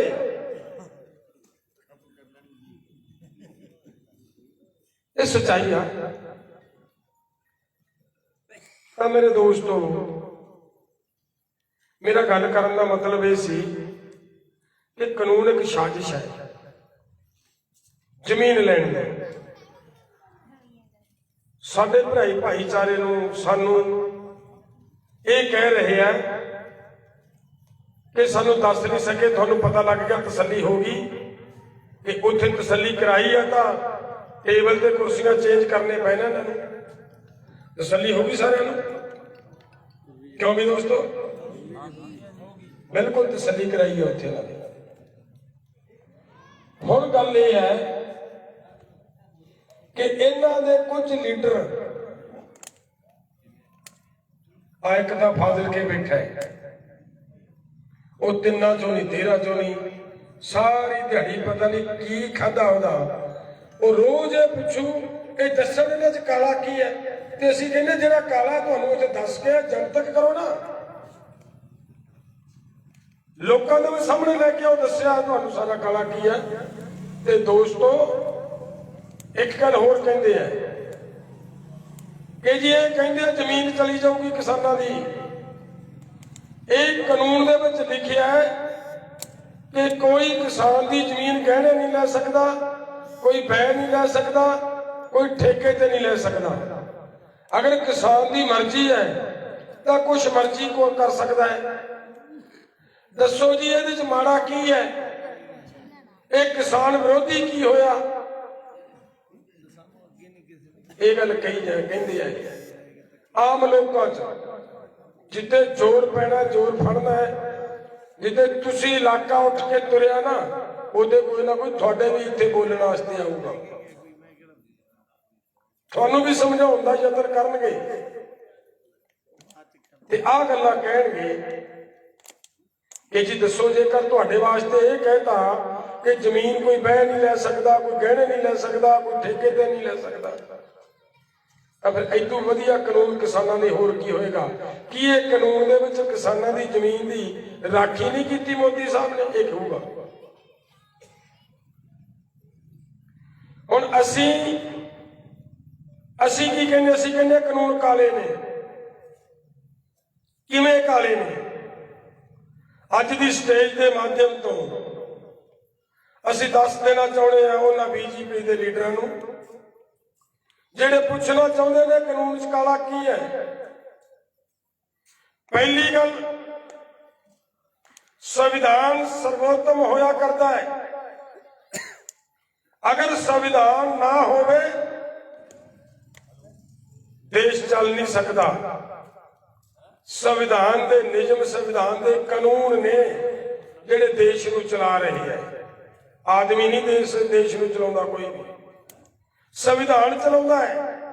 ਤੇ ਜਦੋਂ ਵੀ ਕੋਈ ਇਹ ਜਿੱਤਦਾ ਹੈ, ਉਸੇ ਸੰਵਿਧਾਨ ਦੀ ਸਹੁੰ ਖਾਂਦੇ ਆ ਨਾ, ਕਿਉਂ ਵੀ ਦੋਸਤੋ? ਤੇ ਜਿਸ ਸੰਵਿਧਾਨ ਦੀ ਸਹੁੰ ਖਾਂਦਾ, ਹੁਣ ਆਪਾਂ ਬੈਠੇ ਆ ਸਾਰੇ, ਆਪਾਂ ਆਪ ਦੇ ਇਸ਼ਟ ਦੀ ਸਹੁੰ ਖਾ ਕੇ ਫਿਰ ਜਿਹੜੀ ਗੱਲ ਉੱਥੇ ਕਹਿ ਕੇ ਆਏ ਆ ਉਹਦੇ ਤੋਂ ਪਲਟਾ ਮਾਰਦਾ ਕੋਈ ਬੰਦਾ ਪਲਟਦਾ? ਜਿਹੜੀ ਉੱਥੇ ਸਹੁੰ ਖਾਣ ਦੀ ਨਹੀਂ ਨਾ ਪਲਟਦਾ। ਉਹ ਅਸੀਂ ਸਧਾਰਨ ਲੋਕ ਤਾਂ ਪਲਟਦੇ ਨਹੀਂ। ਤੇ ਸੰਵਿਧਾਨ ਦੀਆਂ ਸੌਹਾਂ ਖਾ ਕੇ ਕਿ ਅਸੀਂ ਸੰਵਿਧਾਨ ਦੀ ਪਾਲਣਾ ਕਰਾਂਗੇ, ਸੰਵਿਧਾਨ ਦੀ ਰਾਖੀ ਕਰਾਂਗੇ, ਇਹ ਕਹਿ ਕੇ ਤੇ ਸੰਵਿਧਾਨ ਦੀ ਉਲੰਘਣਾ ਇਹ ਸਰਕਾਰ ਨੇ, ਮੋਦੀ ਜੀ ਨੇ ਔਰ ਇਹਦੇ ਮੰਤਰੀ ਮੰਡਲ ਨੇ ਖੁਦ ਕੀਤੀ।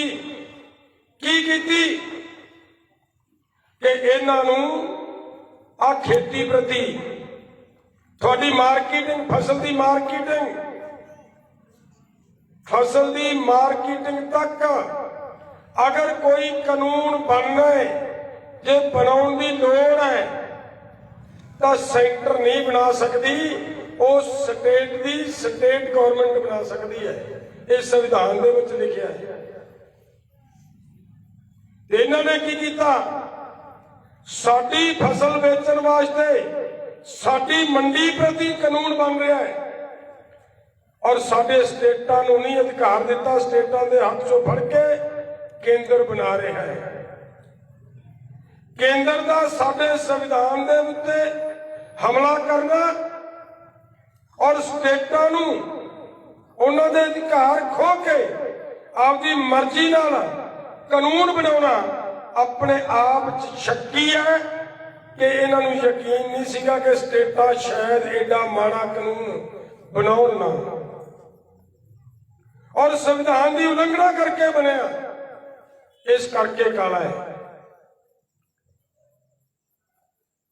ਕਾਨੂੰਨ 'ਚ ਲੈ ਕੇ ਆਏ ਕਿ ਅਗਰ ਤੁਹਾਡੀ ਫਸਲ ਖਰੀਦਣ ਵਾਲਾ ਫਸਲ ਖਰੀਦ ਕੇ ਭੱਜ ਗਿਆ, ਪੈਸੇ ਨਾ ਦਿੱਤੇ, ਕਿਸਾਨ ਕੋਰਟ ਨਹੀਂ ਜਾਊਗਾ, ਐਸਡੀਐਮ ਡੀਸੀ ਫੈਸਲਾ ਕਰਨਗੇ। ਇਹ ਲਿਖਿਆ ਕਾਨੂੰਨ 'ਚ। ਕੀ ਕਿਸਾਨ ਦਾ ਕੋਰਟ ਜਾਣ ਦਾ ਰਾਈਟ ਖੋਹ ਲੈਣਾ ਇਹ ਆਪਣੇ ਆਪ ਦੇ ਵਿੱਚ ਕਾਨੂੰਨ ਦਾ ਕਾਲਾਪਨ ਨਜ਼ਰ ਨਹੀਂ ਆਉਂਦਾ? ਦੋਸਤੋ ਤਾਂ ਬੋਲਿਓ। ਹਲੇ ਪੁੱਛਦੇ ਆ ਕਿ ਦੱਸੋ ਕਾਨੂੰਨ 'ਚ ਕਾਲਾ ਕੀ ਹੈ? ਜਿਹਦੀ ਡਿਊਟੀ ਲਾਉਂਦੇ ਨੇ, ਜਿਹਨੂੰ ਕਹਿੰਦੇ ਆ ਤੁਹਾਡੀ ਰਾਖੀ ਕਰੂਗਾ, ਤੁਹਾਡਾ ਫੈਸਲਾ ਇਹ ਕਰੂਗਾ, ਕੌਣ? ਐਸਡੀਐਮ ਜਾਂ ਡੀਸੀ। ਹੁਣ ਉਹਦਾ ਨਮੂਨਾ ਛੋਟਾ ਜਿਹਾ ਦੇਖ ਲਿਓ। Punjab and Haryana high court ਨੇ ਇੱਕ ਫੈਸਲਾ ਦੇਤਾ ਕਿ ਪੰਜਾਬ ਦੇ ਕਿਸਾਨਾਂ ਦਾ ਗੰਨੇ ਦਾ ਬਕਾਇਆ ਜੋ ਮਿੱਲਾਂ ਵੱਲ ਖੜਾ ਹੈ, ਚਾਹੇ ਉਹ ਕੋਆਪਰੇਟਿਵ ਨੇ ਚਾਹੇ ਉਹ ਪ੍ਰਾਈਵੇਟ ਮਿੱਲਾਂ ਨੇ, ਉਹ ਵਿਆਜ ਸਮੇਤ ਕਿਸਾਨਾਂ ਦਾ 15 ਦਿਨ ਦੇ ਵਿੱਚ ਬਕਾਇਆ ਅਦਾ ਕਰਨ। ਇਹਦੇ ਤਾਂ 7 ਸਾਲ ਹੋ ਗਏ ਪਿਆਰਿਓ, ਫੈਸਲੇ ਹੋਏ ਨੂੰ 7 ਸਾਲ। ਉਹ ਐਸਡੀਐਮ ਤੇ ਉਹ ਡੀਸੀ ਅੱਜ ਤੱਕ ਕਿਸਾਨਾਂ ਨੂੰ ਪੈਸੇ ਨਹੀਂ ਦਵਾ ਸਕੇ। ਜਿਨ੍ਹਾਂ ਨੂੰ ਕਿਹਾ ਤੁਹਾਡੇ ਫੈਸਲੇ ਕਰਨਗੇ, ਕਿਵੇਂ ਯਕੀਨ ਕਰ ਲਈਏ ਕਿ ਸਾਡੇ ਫੈਸਲੇ ਕਰਨਗੇ? ਥੋੜੇ ਦਿਨ ਪਹਿਲਾਂ ਸਾਡੀ ਪੰਜਾਬ ਗਵਰਨਮੈਂਟ ਨਾਲ ਮੀਟਿੰਗ ਹੋਈ, ਉਹਨਾਂ ਗੰਨੇ ਵਾਲੇ ਕਿਸਾਨਾਂ ਦੇ ਸੰਬੰਧ 'ਚ ਮੰਤਰੀ ਬੈਠਾ ਹੈ, ਸੈਕਟਰੀ ਬੈਠਾ ਹੈ ਪੰਜਾਬ ਗਵਰਨਮੈਂਟ ਦਾ, ਤੇ ਜਵਾਬ ਪਤਾ ਕੀ ਦਿੰਦੇ ਆ? ਕਹਿੰਦੇ ਜੀ ਫਗਵਾੜਾ ਮਿਲ ਨੂੰ ਛੱਡ ਕੇ ਬਾਕੀਆਂ ਦੇ ਪੈਸੇ ਦਵਾ ਦਿੰਦੇ ਆ। ਕਿਉਂ ਵੀ ਫਗਵਾੜਾ ਮਿਲ ਨਾਲ ਕੀ ਰਿਸ਼ਤੇਦਾਰੀ ਹੈ? ਉਹ ਕਿਉਂ ਨਹੀਂ ਦਵਾਉਣੇ? ਉਹ ਮਿਲ ਦੇ ਵਿੱਚ ਇਹਨਾਂ ਦੇ ਮੰਤਰੀਆਂ ਦਾ ਹਿੱਸਾ ਹੈ। ਤਾਂ ਦੋਸਤੋ, ਉਹ ਮੰਤਰੀ ਕੋਈ ਐਡੀ ਬਹੁਤ ਵੱਡੀ ਤਾਕਤ ਨਹੀਂ। ਇੱਕ ਹਾਈ ਕੋਰਟ ਹੀ ਹੈ, ਸਾਡੀ ਕੋਰਟ ਹੀ ਹੈ ਜਿਹੜੀ ਫੈਸਲਾ ਦੇਗੀ ਉਹਨਾਂ ਦੇ ਖਿਲਾਫ ਕਿ ਪੇਮੈਂਟ ਦਿਓ ਕਿਸਾਨਾਂ ਦੀ। ਔਰ ਫੈਸਲੇ ਹੋਏ ਦੇ ਬਾਵਜੂਦ ਸਰਕਾਰ, ਮਿਨਿਸਟਰ, ਐਸਡੀਐਮ, ਡੀਸੀ ਅੱਜ ਤੱਕ ਕਿਸਾਨਾਂ ਨੂੰ ਪੈਸੇ ਨਹੀਂ ਦਵਾ ਸਕੇ।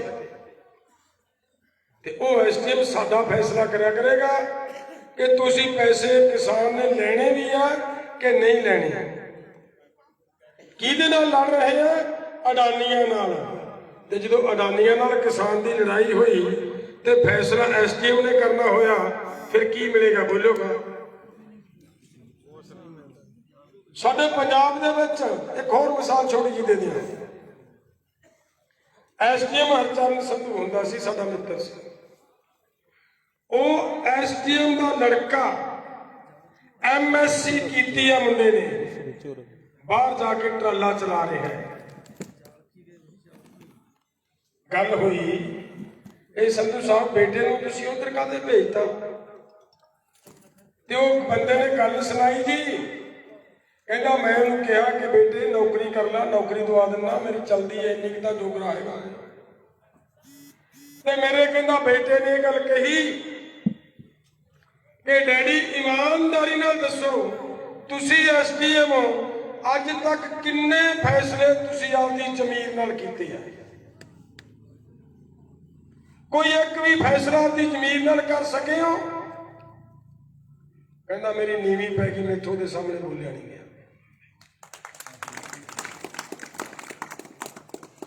ਫਿਰ ਮੈਂ ਕਿਹਾ ਖੇਤੀ ਕਰ ਲਾ, 30-35 ਕਿੱਲੇ ਜ਼ਮੀਨ ਹੈ। ਉਹ ਕਹਿੰਦਾ ਮੈਨੂੰ ਐਂ ਦੱਸ ਡੈਡੀ, ਤੂੰ ਐਸਡੀਐਮ ਹੈ, ਤੈਨੂੰ ਇਹ ਪਤਾ ਹੈ ਵੀ ਕਿਸਾਨ ਆਪਦੀ ਫਸਲ ਦਾ ਭਾਅ ਮਿਥਣ ਦੇ ਲਈ ਆਜ਼ਾਦ ਹੈਗਾ? ਉਹ ਇਹਦੀ ਫਸਲ ਦਾ ਭਾਅ ਕਿਸੇ ਨੇ ਮਿਥਣਾ ਹੈ, ਇਹਨੂੰ ਪਤਾ ਹੀ ਨਹੀਂ ਦੇਣਾ ਕੁਛ ਕਿ ਨਹੀਂ ਦੇਣਾ। ਮੈਨੂੰ ਮੈਂ ਪੜਾਇਆ ਇਸ ਲਈ ਹੈ ਕਿ ਮੈਂ ਇਹਨਾਂ ਦਾ ਗੁਲਾਮ ਹੋ ਕੇ ਤੁਰਾਂ? ਬਿਲਕੁਲ ਨਹੀਂ ਡੈਡੀ, ਮੈਨੂੰ ਬਾਹਰ ਜਾਣ ਦੇ। ਉਹ ਮੁੰਡਾ ਕਹਿੰਦਾ ਉਹਨਾਂ ਇਸ ਵੇਲੇ ਟਰਾਲੇ ਤੇ ਡਰਾਈਵਰਿੰਗ ਕਰਦਾ ਹੈ, ਐਸਡੀਐਮ ਦਾ ਮੁੰਡਾ, ਔਰ 35 ਏਕੜ ਜ਼ਮੀਨ ਦਾ ਮਾਲਕ, ਔਰ ਐਮਐਸਸੀ ਕੀਤੀ ਹੈ। ਇਹ ਹਾਲ ਹੈ ਸਾਡੇ ਐਸਡੀਐਮ ਦਾ, ਇਹ ਹਾਲ ਹੈ ਇਸ ਸੀਟ ਦਾ। ਸੋ ਦੋਸਤੋ, ਆਪਾਂ ਗੱਲ ਕਾਨੂੰਨਾਂ ਦੇ ਨੁਕਤੇ ਤੇ ਕਰਦੇ ਸੀ। ਇਹ ਕਹਿੰਦੇ ਆ ਕਿ ਐਸਡੀਐਮ ਫੈਸਲਾ ਕਰੇਗਾ, ਕੋਰਟ ਨਹੀਂ ਜਾਏਗਾ ਕਿਸਾਨ। ਇਸ ਕਰਕੇ ਆਹ ਕਹਾਣੀ ਹੈ, ਇਸ ਕਰਕੇ ਕਾਨੂੰਨ ਕਾਲੇ ਨੇ। ਤੀਸਰੀ ਗੱਲ, ਇਹਨਾਂ ਦਾ ਬਣਾਇਆ ਜਾਂ ਸੱਚਮੁੱਚ ਕੁਝ ਵੀ ਮੰਨ ਲਓ, ਕਰੋਨਾ ਅਗਰ ਸੱਚੀ ਸੀ ਤੇ ਕਰੋਨਾ ਦੇ ਦੌਰ 'ਚ ਇਹ ਚੋਰਾਂ ਦੀ ਤਰ੍ਹਾਂ ਕਾਨੂੰਨ ਲਿਆਉਣ ਦੀ ਲੋੜ ਕੀ ਪਈ ਸੀ? ਆਰਡੀਨੈਂਸ ਆਏ ਨੇ ਪਹਿਲਾਂ। ਆਰਡੀਨੈਂਸ ਪਤਾ ਕਦੋਂ ਆਉਂਦਾ? ਜਦੋਂ ਕੋਈ ਐਮਰਜੈਂਸੀ ਹੋਵੇ। ਜਦੋਂ ਕੋਈ ਐਮਰਜੈਂਸੀ ਹੋਵੇ ਤੇ ਰਾਤੋਂ ਰਾਤ ਕੋਈ ਕਾਨੂੰਨ ਬਣਾਉਣ ਦੀ ਲੋੜ ਪੈ ਜੇ, ਉਸ ਵੇਲੇ ਆਰਡੀਨੈਂਸ ਲਿਆਂਦਾ ਜਾਂਦਾ ਹੈ। ਇੱਥੇ ਕਿਹੜੀ ਐਮਰਜੈਂਸੀ ਸੀ ਜੀ? ਹਾਂ, ਇਹ ਜ਼ਰੂਰ ਸੀ ਕਿ ਕਿਸਾਨਾਂ ਤੋਂ ਜ਼ਮੀਨ ਲੈਣੀ ਹੈ। ਕਰੋਨਾ ਦਾ ਬਹਾਨਾ ਮਿਲਿਆ ਵਾ, ਕਿਸਾਨਾਂ ਨੂੰ ਕਰੋਨਾ ਦੇ ਨਾਂ ਤੇ ਇਕੱਠੇ ਨਹੀਂ ਹੋਣ ਦਿਆਂਗੇ ਤੇ ਜ਼ਮੀਨ ਲੈਣ ਵਾਸਤੇ ਰਸਤਾ ਪੱਧਰਾ ਕਰਾਂਗੇ। ਇਹ ਕਾਲਾਪਨ ਹੈ। ਤੇ ਹੁਣ ਅਗਲਾ ਜਿਹੜਾ ਕੁਛ ਕਾਲਾਪਨ ਹੈ, ਜੋ ਉਹਦੇ ਅੰਦਰ ਦੀ ਕਹਾਣੀ ਜਿਹੜੀ ਇਹ ਕਹਿੰਦੇ ਨੇ ਕਿ ਦੱਸੋ ਜ਼ਮੀਨ ਕਿਵੇਂ ਲੈ ਜਾਣਗੇ, ਜੇ ਉਹ ਕਹਾਣੀ ਨੂੰ ਆਪਾਂ ਸਮਝ ਗਏ ਤੇ ਉਹ ਸਾਰੇ ਕੁਝ ਕਲੀਅਰ ਹੋ ਜਾਂਦਾ ਹੈ। ਇੱਕ ਮੈਨੂੰ ਇਹ ਗੱਲ ਦੱਸਿਓ ਕਿ ਤੁਸੀਂ ਵੇਟ ਬਹੁਤ ਕੀਤੀ ਹੈ, ਪਹਿਲਾਂ ਹੀ ਥੱਕ ਜੇ ਗਏ ਆ ਤੇ ਛੋਟੀ ਕਹਾਣੀਆਂ ਦੱਸ ਦਿਆਂ। ਸਾਰੇ ਟਿਕੇ ਹੋ? ਮੈਨੂੰ ਇੰਨਾ ਪਤਾ ਤੁਹਾਡਾ ਧੰਨਵਾਦੀ ਹੈ ਕਿ ਤੁਸੀਂ ਸੁਣਨ ਵਾਲੇ ਹੀ ਬੈਠੇ ਹੋ। ਸਾਰੇ ਤੁਹਾਡਾ ਮਨ ਜੁੜਿਆ ਹੋਇਆ ਇਸ ਅੰਦੋਲਨ ਨਾਲ, ਤਾਂ ਹੀ ਬੈਠੇ ਹੋ ਰਾਤ ਨੂੰ। ਤੇ ਮੈਨੂੰ ਵੀ ਭਾਵੇਂ ਮੈਂ ਕਿੰਨਾ ਹੀ ਥੱਕਿਆ ਹੋਵਾਂ, ਮੈਂ ਵੀ ਤੁਹਾਡੇ ਨਾਲ ਸਾਰੀਆਂ ਗੱਲਾਂ ਸਾਂਝੀਆਂ ਕਰਕੇ ਜਾਊਂਗਾ। ਦੋਸਤੋ, 3 ਕਾਨੂੰਨ ਆਏ ਨੇ ਏਪੀਐਮਸੀ ਮੰਡੀ ਦੇ ਸੰਬੰਧ ਵਿੱਚ, ਕੰਟਰੈਕਟ ਫਾਰਮਿੰਗ ਦੇ ਸੰਬੰਧ ਵਿੱਚ, ਔਰ ਐਸੈਂਸ਼ੀਅਲ ਕਮੋਡਿਟੀ ਐਕਟ ਜ਼ਰੂਰੀ ਵਸਤਾਂ ਦੇ ਕਾਨੂੰਨ 'ਚ ਕੀਤੀਆਂ ਸੋਧਾਂ। ਹੁਣ ਇਹਨਾਂ ਤਿੰਨਾਂ ਦੀ ਕਹਾਣੀ ਦੇਖਿਓ। ਤੁਸੀਂ ਪਹਿਲੇ ਕਾਨੂੰਨ ਦੇ ਮੁਤਾਬਕ ਜਦੋਂ ਜਿਉਣਾ ਸ਼ੁਰੂ ਕਰਤਾ, ਪਹਿਲੇ ਕਾਨੂੰਨ ਨੂੰ ਜਦੋਂ ਤੁਸੀਂ ਮੰਨ ਲਿਆ, ਫਿਰ ਲੱਖ ਯਤਨ ਕਰ ਲਿਓ, ਤੁਸੀਂ ਮੁੜ ਨਹੀਂ ਸਕਦੇ। ਗਾਂ ਦੀ ਗਾਂ ਜਿਵੇਂ ਮਸ਼ੀਨ 'ਚ ਬਾਹਾਂ ਆਈਆਂ ਹੁੰਦੀਆਂ ਨਾ, ਫਿਰ ਕੁਤਰੀ ਦੇ ਤੁਰੇ ਜਾਓਗੇ, ਮੁੜ ਨਹੀਂ ਸਕਦੇ ਪਿੱਛੇ। ਇਸ ਤਰੀਕੇ ਦੇ ਨਾਲ ਕਾਨੂੰਨ ਲੈ ਕੇ ਆਉਂਦੇ ਨੇ ਇਹਨਾਂ ਹਰਾਮੀਆਂ ਨੇ। ਪਹਿਲਾ ਕਾਨੂੰਨ ਕੀ ਲੈ ਕੇ ਆਏ ਨੇ? ਕਹਿੰਦੇ ਮੰਡੀ ਦੇ ਬਰਾਬਰ ਇੱਕ ਪ੍ਰਾਈਵੇਟ ਮੰਡੀ ਬਣਾਵਾਂਗੇ, ਕਿਸਾਨ ਨੂੰ ਬਹੁਤ ਰੇਟ ਮਿਲੂਗਾ, ਬੜੇ ਵਪਾਰੀ ਆਉਣਗੇ।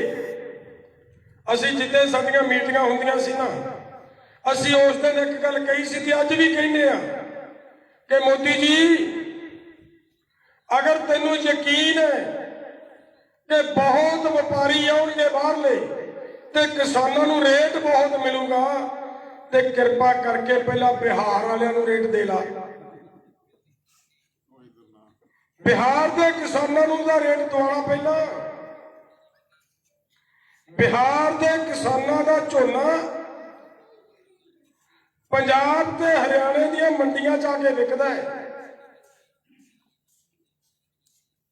ਜਿਹੜੇ ਰੋਜ਼ ਭੌਂਕਦੇ ਆ कि एमएसपी था, एमएसपी है, एमएसपी रहेगा। जे एमएसपी था तो बिहार के किसान का झोना 1888 क्यों नहीं बिकिया? वो 800 ਨੂੰ ਝੋਨਾ ਵੇਚਣ ਲਈ क्यों मजबूर होया? कारण दसे सरकार। और तुहाडे जो शायद बहुत सारे नूं पता होवे कि बिहार का झोना इस वारी वड्डी पद्धर के पंजाब ते हरियाणे दी मंडियां च आके विकिया है। फर्क की है? उत्थे 800 ਨੂੰ विकदा है, वो तां ही 800 ਨੂੰ उत्थों लिया के इत्थे भरीदा, क्योंकि इत्थे की फर्क है? इत्थे 1888 भरीदा है। उत्थे 800 ਨੂੰ क्यों है, इत्थे 1888 क्यों है? इहदा की फर्क है? आ जिहड़े कानून अज साडे ते लागू करना चाहुंदे आ, यही कानून 2006 च भरावो बिहार च लागू करते इन्होंने। जिद्दे बिहार च लागू कीते हैं, उदों बाद अज तक बिहार के किसानों का आ हाल हो गया। बिहार तो काम करने वाला मजदूर जिहड़ा आउंदा है, उन्होंने प्यार नाल बिठा के गल्लां करियो। ये मैं ना सोचो भी मजदूर है, ना पुछो गल्लां करो, वो दुख रोएगा आपका। वो दसेगा कि मेरे कोले भी 10 एकड़ जमीन है, मेरे कोले भी 12 एकड़ जमीन है। सज्जनों, तुसी 5-5 एकड़ नाल परिवार तोरी जाने हो, वो 15-15 एकड़ दे मालक लोग तुहाडियां खुरनियां च हथ मारदे फिरदे हैं। मार रहे हो या नहीं मार रहे? क्यों मारते हैं? यही फर्क है कि उत्थे ये कानून लागू हो चुके ने, साडे कोले बचन देश करके है कि साडे वो कानून नहीं लागू होए, असीं रौले बैठे नहीं लागू होण दे रहे। तो मेरे दोस्तों, इन्हां ने लैके आंदा कि मंडी के बराबर जो मंडी बनेगी, किसान नूं व्यापारी वध आउणगे, रेट वध मिलेगा, किसान आपकी फसल पूरे देश जिथे मर्जी ले जाके बेच सकता है। झूठ बोलते हैं। ये जी गल कहते हैं ना कि किसान आपकी फसल जिथे मर्जी जाके बेच सकता है, तुसी राजस्थानी बैठे हो, तुसी आपकी फसल बेचण तो पहला जो बीजते हो, सरकार गिरदौरियां लेंदी है कि नहीं लेंदी? बोलियो। ते उन्हां गिरदौरियां मुताबिक ही तुहानूं पर्ची दिंदे है कि इन्नी फसल लेके आए विकूगी। ते जदों वो पर्ची तो वध वाली फसल, मेरा ख्याल है जे 2 कुंटल रह के वध चली गई, वो कोई खरीददा नहीं। ठीक है या गल? तां मेरी गल ते इन्हां नूं इह पुछो कि तुसीं कहने हैं कि किसान आपदी फसल जिथे मर्जी बेच सकता है। हरियाणे दे विच भी ये लागू हो गया कि किसान ने जिन्हें फसल बेचनी है पहला पोर्टल ते आपकी जमीन लेके आ गया। अज पंजाब च भी मंगिया जा रहा है कि पंजाब दे विच भी रिकॉर्ड ते लेके आओ, पता लगे कि किहड़े किसान की कितनी जमीन है, कितनी फसल उसकी आनी है। वो एवरेज के मुताबिक तुहानूं फसल उत्थे खरीदी जानी है, बाकी नहीं खरीदी जानी। तो फिर बाहरला जिहड़ा किसान है, जिहदी हरियाणे च जमीन ही नहीं, जिहदी पंजाब च जमीन ही नहीं, वो मैनूं ऐ दस्सिओ ਬਾਹਰਲਾ ਕਿਸਾਨ ਆ ਕੇ ਪੰਜਾਬ ਤੇ ਹਰਿਆਣੇ 'ਚ ਫਸਲ ਕਿਵੇਂ ਵੇਚ ਲੂ? ਕਿਉਂ ਵੀ ਦੋਸਤੋ, ਵਿਕੂਗੀ? ਨਹੀਂ ਨਾ ਵਿਕਦੀ। ਇਹਦਾ ਮਤਲਬ ਝੂਠ ਬੋਲਦੇ ਆ ਨਾ ਕਿ ਕਿਸਾਨ ਪੂਰੇ ਦੇਸ਼ 'ਚ ਜਿੱਥੇ ਮਰਜ਼ੀ ਜਾ ਕੇ ਫਸਲ ਵੇਚ ਲੈ। ਅਗਲੇ ਪਾਸੋਂ ਰਸਤਾ ਬੰਦ ਕੀਤਾ ਹੈ ਤੇ ਕਹਿੰਦੇ ਆ ਜਿੱਥੇ ਮਰਜ਼ੀ ਜਾ ਕੇ ਫਸਲ ਵੇਚ ਲੈ। ਭਰਾਵੋ, ਝੂਠ ਤੇ ਝੂਠ ਬੋਲ ਰਹੇ ਨੇ। ਤਾਂ ਮੇਰੀ ਅਗਲੀ ਗੱਲ ਸੀ ਦੋਸਤੋ, ਇਹ ਤੋਂ ਕਹਾ ਮੰਡੀਆਂ ਦੇ ਵਿੱਚ ਇਹ ਕਹਿੰਦਾ ਕਿ ਪ੍ਰਾਈਵੇਟ ਮੰਡੀ ਹੋਏਗੀ। ਉਹਨੂੰ ਜਿਹੜਾ ਪ੍ਰਾਈਵੇਟ ਮੰਡੀ ਵਾਲਾ ਆਦਮੀ ਆਏਗਾ ਉਹਨੂੰ ਮਾਰਕੀਟ ਕਮੇਟੀ ਦੇ ਕੋਈ ਕਾਨੂੰਨ ਉਹਦੇ ਤੇ ਲਾਗੂ ਨਹੀਂ ਹੋਏਗਾ। ਕੋਈ ਮਾਰਕੀਟ ਫੀਸ ਨਹੀਂ ਭਰਨੀ, ਕੋਈ ਲਾਇਸੈਂਸ ਨਹੀਂ ਲੈਣਾ, ਕੁਛ ਨਹੀਂ ਲੈਣਾ। ਤੇ ਜੇ ਉਹਨੇ ਪੈਸੇ ਲੈ ਕੇ ਵੀ ਭੱਜ ਗਿਆ ਤਾਂ ਕਿਸਾਨ ਕੋਰਟ ਵੀ ਨਹੀਂ ਜਾ ਸਕਦਾ। ਹੁਣ ਸਾਫ਼ ਹੋ ਗਿਆ ਵੀ ਜੇ ਉਹ ਪੈਸੇ ਲੈ ਕੇ ਭੱਜ ਗਿਆ ਤੁਸੀਂ ਕੋਰਟ ਨਹੀਂ ਜਾ ਸਕਦੇ। ਤੇ ਭੱਜਿਆ ਬਾਰੇ ਜੇ ਜਾਣਨਾ ਹੈ, ਆ 2 ਦਿਨ ਪਹਿਲਾਂ ਅਖਬਾਰ ਛਪੀ, ਅਖਬਾਰਾਂ 'ਚ ਖਬਰਾਂ ਛਪੀਆਂ ਕਿ ਸਾਡੇ ਹਿਮਾਚਲ ਦੇ ਕਿਸਾਨਾਂ ਦਾ ਸੇਬ ਲੈ ਕੇ 2 ਵਪਾਰੀ ਰਫੂ ਚੱਕਰ ਹੋ ਗਏ, ਅੱਜ ਤੱਕ ਥਿਆ ਹੀ ਨਹੀਂ। ਲੱਗੀਆਂ ਨਾ ਖਬਰਾਂ, ਪੜੀਆਂ ਨਾ। ਤੇ ਜੇ ਉਹਨਾਂ ਦੀ ਫਸਲ ਲੈ ਕੇ ਰਫੂ ਚੱਕਰ ਹੋ ਸਕਦੇ ਆ ਤੇ ਫਿਰ ਤੁਹਾਡੀ ਲੈ ਕੇ ਕਿਉਂ ਨਹੀਂ ਹੋ ਸਕਦੇ? ਮੱਧ ਪ੍ਰਦੇਸ਼ ਦੇ ਵਿੱਚੋਂ ਕਰੋੜਾਂ ਰੁਪਏ ਦੀ ਫਸਲ ਲੈ ਕੇ ਇਹ ਲੋਕ ਭੱਜ ਗਏ। ਅੱਜ ਤੱਕ ਕਿਸਾਨ ਵਿਚਾਰੇ ਰੁਲਦੇ ਫਿਰਦੇ ਆ। ਕਿਸਾਨਾਂ ਨੂੰ ਉਹਨਾਂ ਵਪਾਰੀਆਂ ਤੋਂ ਪੈਸੇ ਨਹੀਂ ਦਵਾ ਸਕੀ ਸਰਕਾਰ। ਤਾਂ ਇਹਦਾ ਮਤਲਬ ਕਲੀਅਰ ਹੈ ਕਿ ਤੁਹਾਡੇ ਪੈਸੇ ਲੈ ਕੇ ਭੱਜਣਗੇ। ਇਹ ਚੋਰ ਨੇ। ਤਾਂ ਹੀ ਸਾਰੇ ਰਸਤੇ ਖੁੱਲੇ ਕੀਤੇ ਇਹਨਾਂ ਲਈ ਕਿ ਕੋਈ ਸਰਟੀਫਿਕੇਟ ਦੀ ਲੋੜ ਨਹੀਂ, ਕੋਈ ਲਾਇਸੈਂਸ ਲੈਣ ਦੀ ਲੋੜ ਨਹੀਂ, ਕੋਈ ਮਾਰਕੀਟ ਕਮੇਟੀ ਦੇ ਨਿਯਮ ਲਾਗੂ ਨਹੀਂ ਹੋਣਗੇ ਤੁਹਾਡੇ ਤੇ, ਕੋਈ ਫੀਸ ਭਰਨ ਦੀ ਲੋੜ ਨਹੀਂ। ਇਹ ਸਾਰਾ ਕੁਝ ਪਤਾ ਕਾਹਦੇ ਵਾਸਤੇ ਹੈ ਕਿ ਇਹਨਾਂ ਨੇ ਪੈਸੇ ਲੈ ਕੇ ਭੱਜਣਾ ਹੈ। ਤੇ ਮੈਂ ਤੁਹਾਨੂੰ ਦੱਸ ਵੀ ਦਿੱਤੀ ਗੱਲ ਕਿ ਪੈਸੇ ਲੈ ਕੇ ਭੱਜਣਗੇ ਤੇ ਤੁਸੀਂ, ਮੈਂ ਦਾਅਵੇ ਨਾਲ ਗੱਲ ਕਰਦਾ, ਫਸਲ ਸਾਰੇ ਉਹਨਾਂ ਨੂੰ ਵੇਚੋਗੇ। ਨਾਲੇ ਚੋਰ ਹੈ, ਪਤਾ ਵੀ ਉਹਨਾਂ ਨੇ ਭੱਜਣਾ ਹੈ ਕਿਉਂਕਿ ਦਾ ਕੁੰਡੀ ਐਸੀ ਬਣਾਈ ਹੈ ਇਹਦੇ ਚ। ਕੀ ਕੁੰਡੀ ਹੈ ਕਿ ਵਪਾਰੀ ਨੂੰ ਕਹਿੰਦਾ ਕਿ ਤੂੰ ਮਾਰਕੀਟ ਫੀਸ ਨਹੀਂ ਭਰਨੀ। ਮਾਰਕੀਟ ਫੀਸ ਸਧਾਰਨ ਕਿਸਾਨ ਵਿਚਾਰੇ ਨੂੰ ਨਹੀਂ ਪਤਾ। 164 ਰੁਪਏ ਕੁਇੰਟਲ ਕਣਕ ਤੇ ਮਾਰਕੀਟ ਫੀਸ ਪੈਂਦੀ ਹੈ। ਹੁਣ ਉਹ 164 ਆ ਜਿਹੜੇ, ਉਹਨਾਂ 164 ਦੇ ਵਿੱਚੋਂ ਸੜਕ ਤੇ ਖੜ ਕੇ ਕੋਈ ਵਪਾਰੀ ਇਹ ਕਹਿ ਦੇ ਕਿ ਸਰਦਾਰ ਜੀ ਆਹ ਤੇਰੀ ਕਣਕ ਮੈਂ ਖਰੀਦਦਾ 64 ਰੁਪਏ ਸਰਕਾਰੀ ਰੇਟ ਨਾਲੋਂ ਵੱਧ ਦਿੰਦਾ ਹੈ। ਇਮਾਨਦਾਰ ਦੱਸੋ, ਜਦੋਂ ਸਰਕਾਰ ਨਾਲੋਂ 64 ਰੁਪਏ ਵੱਧ ਮਿਲੇ ਵੇਚੋਗੇ ਕਿ ਨਹੀਂ ਵੇਚਦੇ? ਵੇਚੋਗੇ ਨਾ। ਤੇ ਜਦੋਂ ਮੈਂ ਦੱਸਦਾ ਵੀ ਉਹ ਚੋਰ ਨੇ, ਉਹ ਠੱਗ ਨੇ, ਪੈਸੇ ਲੈ ਕੇ ਭੱਜਣਗੇ, ਸ਼ਾਇਦ ਤੁਹਾਡੇ ਚੋਂ ਕੁਝ ਬੰਦਿਆਂ ਦਾ ਮਨ ਮੰਨ ਜੇ ਕਿ ਇਹ ਠੱਗ ਨੇ, ਇਹ ਚੋਰੀ ਕਰਨਗੇ, ਪੈਸੇ ਲੈ ਕੇ ਭੱਜਣਗੇ, ਇਹਨਾਂ ਨੂੰ ਫਸਲ ਨਹੀਂ ਵੇਚਣੀ। ਤੇ ਉਹਨਾਂ ਦੀ ਦੇਖੋ ਕਿਵੇਂ ਵਿਕਦੀ ਹੈ। ਉਹਨਾਂ ਦੀ ਵੀ ਵਿਕਣੀ ਹੈ ਕਿ ਜਦੋਂ ਪਿੰਡ ਚੋਂ 2 ਘਰ ਟਰਾਲੀ ਲੈ ਕੇ ਗਏ, ਟਰਾਲੀਆਂ, ਇੱਕ ਨੇ ਤਾਂ ਵੇਚਤੀ ਸੜਕ ਤੇ ਖੜੇ ਨੂੰ, ਨਾਲ ਦੀ ਨਾਲ ਵੇਚੀ, 64 ਰੁਪਏ ਵੱਧ ਵੱਟੇ, ਗਿੱਲੀ ਗਿੱਲੀ ਵੇਚ ਕੇ ਤਲਾ ਕੇ ਤੁਰ ਗਿਆ, ਫਟਾਫਟ ਆਪਦੇ ਘਰੇ ਗਿਆ। ਇੱਕ ਸਾਡੇ ਵਾਲੀ ਸੋਚ ਵਾਲਾ ਹੈ ਕਿ ਨਾ ਇਹ ਪੈਸੇ ਲੈ ਕੇ ਭੱਜਣਗੇ, ਇਹਨਾਂ ਨੂੰ ਨਹੀਂ ਵੇਚਣੀ, ਸਾਡੀ ਮੰਡੀ ਨਾ ਟੁੱਟ ਜੇ, ਮੰਡੀ ਬਚਾਉਣੀ ਹੈ, ਮੈਂ ਤਾਂ ਮੰਡੀ 'ਚ ਲੈ ਕੇ ਜਾਊਂਗਾ। ਜਿਹੜਾ ਮੰਡੀ 'ਚ ਲੈ ਕੇ ਗਿਆ ਉਹਦੀ ਫਸਲ ਦੋਸਤੋ ਹਫ਼ਤਾ, 5 ਦਿਨ, 7 ਦਿਨ, 10 ਦਿਨ ਮੰਡੀ 'ਚ ਪਈ ਰਹਿਣੀ ਹੈ। ਇਹਨੂੰ ਸੁਕਾਓ ਜੀ, ਇਹਦਾ ਮੌਇਸਚਰ ਠੀਕ ਕਰਨਾ ਹੈ। ਉਹ ਮੌਇਸਚਰ ਦੇ ਬਹਾਨੇ ਹਫ਼ਤਾ, 10 ਦਿਨ ਤੁਹਾਡੇ ਉੱਥੇ ਲਵਾ ਕੇ ਫਿਰ ਤੁਹਾਡੀ ਫਸਲ ਖਰੀਦਣਗੇ। ਤੇ ਜਦੋਂ ਟਰਾਲੀ ਮਗਰ 2 ਕੁਇੰਟਲ 3 ਕੁਇੰਟਲ ਸੁੱਕੂਗੀ ਵੀ ਤੇ ਰੇਟ ਕਿੰਨਾ? ਸਰਕਾਰ ਜਿੰਨਾ ਹੀ। ਸਰਕਾਰੀ ਰੇਟ ਤੇ ਵਿਕਣੀ ਹੈ, ਸਰਕਾਰੀ ਰੇਟ ਮਿਲਣਾ ਹੈ। ਉਹ 64 ਰੁਪਏ ਵੱਧ ਵੇਚ ਗਿਆ, ਜਿਹੜਾ ਤੁਰੰਤ ਵੇਚ ਗਿਆ। ਅਸੀਂ 64 ਰੁਪਏ ਘੱਟ ਵੱਟ ਕੇ ਲਿਆਏ। ਤੇ ਫਿਰ ਐਂ ਦੱਸੋ ਕਿ ਜਦੋਂ ਘਰੇ ਗਏ ਵੇਚ ਕੇ, ਬੱਚਿਆਂ ਨੇ ਜਦੋਂ ਪੁੱਛਿਆ ਪਰਿਵਾਰ ਨੇ ਭਾ ਕੇ, ਤੇ ਜਵਾ ਕੇ ਪੁੱਛਣਗੇ ਕਿ ਬਾਪੂ ਆਇਆ ਤੇ ਕੱਲ ਪਰਸੋਂ ਦਾ ਚੌਥੇ ਦਾ ਆਇਆ ਵੇਚ ਕੇ, 2-5 ਦਿਨ ਉੱਥੇ ਬੈਠਾ ਰਿਹਾ, ਉਹਦੇ ਰੇਟ ਵੀ ਆਪਣੇ ਨਾਲੋਂ 64 ਰੁਪਏ ਮਹਿੰਗੀ ਵੇਚ ਆਇਆ ਤੇ ਵੇਚ ਵੀ ਗਿੱਲੀ ਆਇਆ। ਤੇ ਤੂੰ ਕਿੱਧਰਲੀ ਸਿਆਣਪ ਵਰਤ ਲਈਏ? ਹਫ਼ਤਾ ਉੱਥੇ ਰੁਲ ਲਿਆ, 4 ਕੁਇੰਟਲ ਵਜ਼ਨ ਘਟਾ ਲਿਆ, 64 ਰੁਪਏ ਰੇਟ ਘੱਟ ਕੇ ਲੈ ਕੇ ਆਇਆ।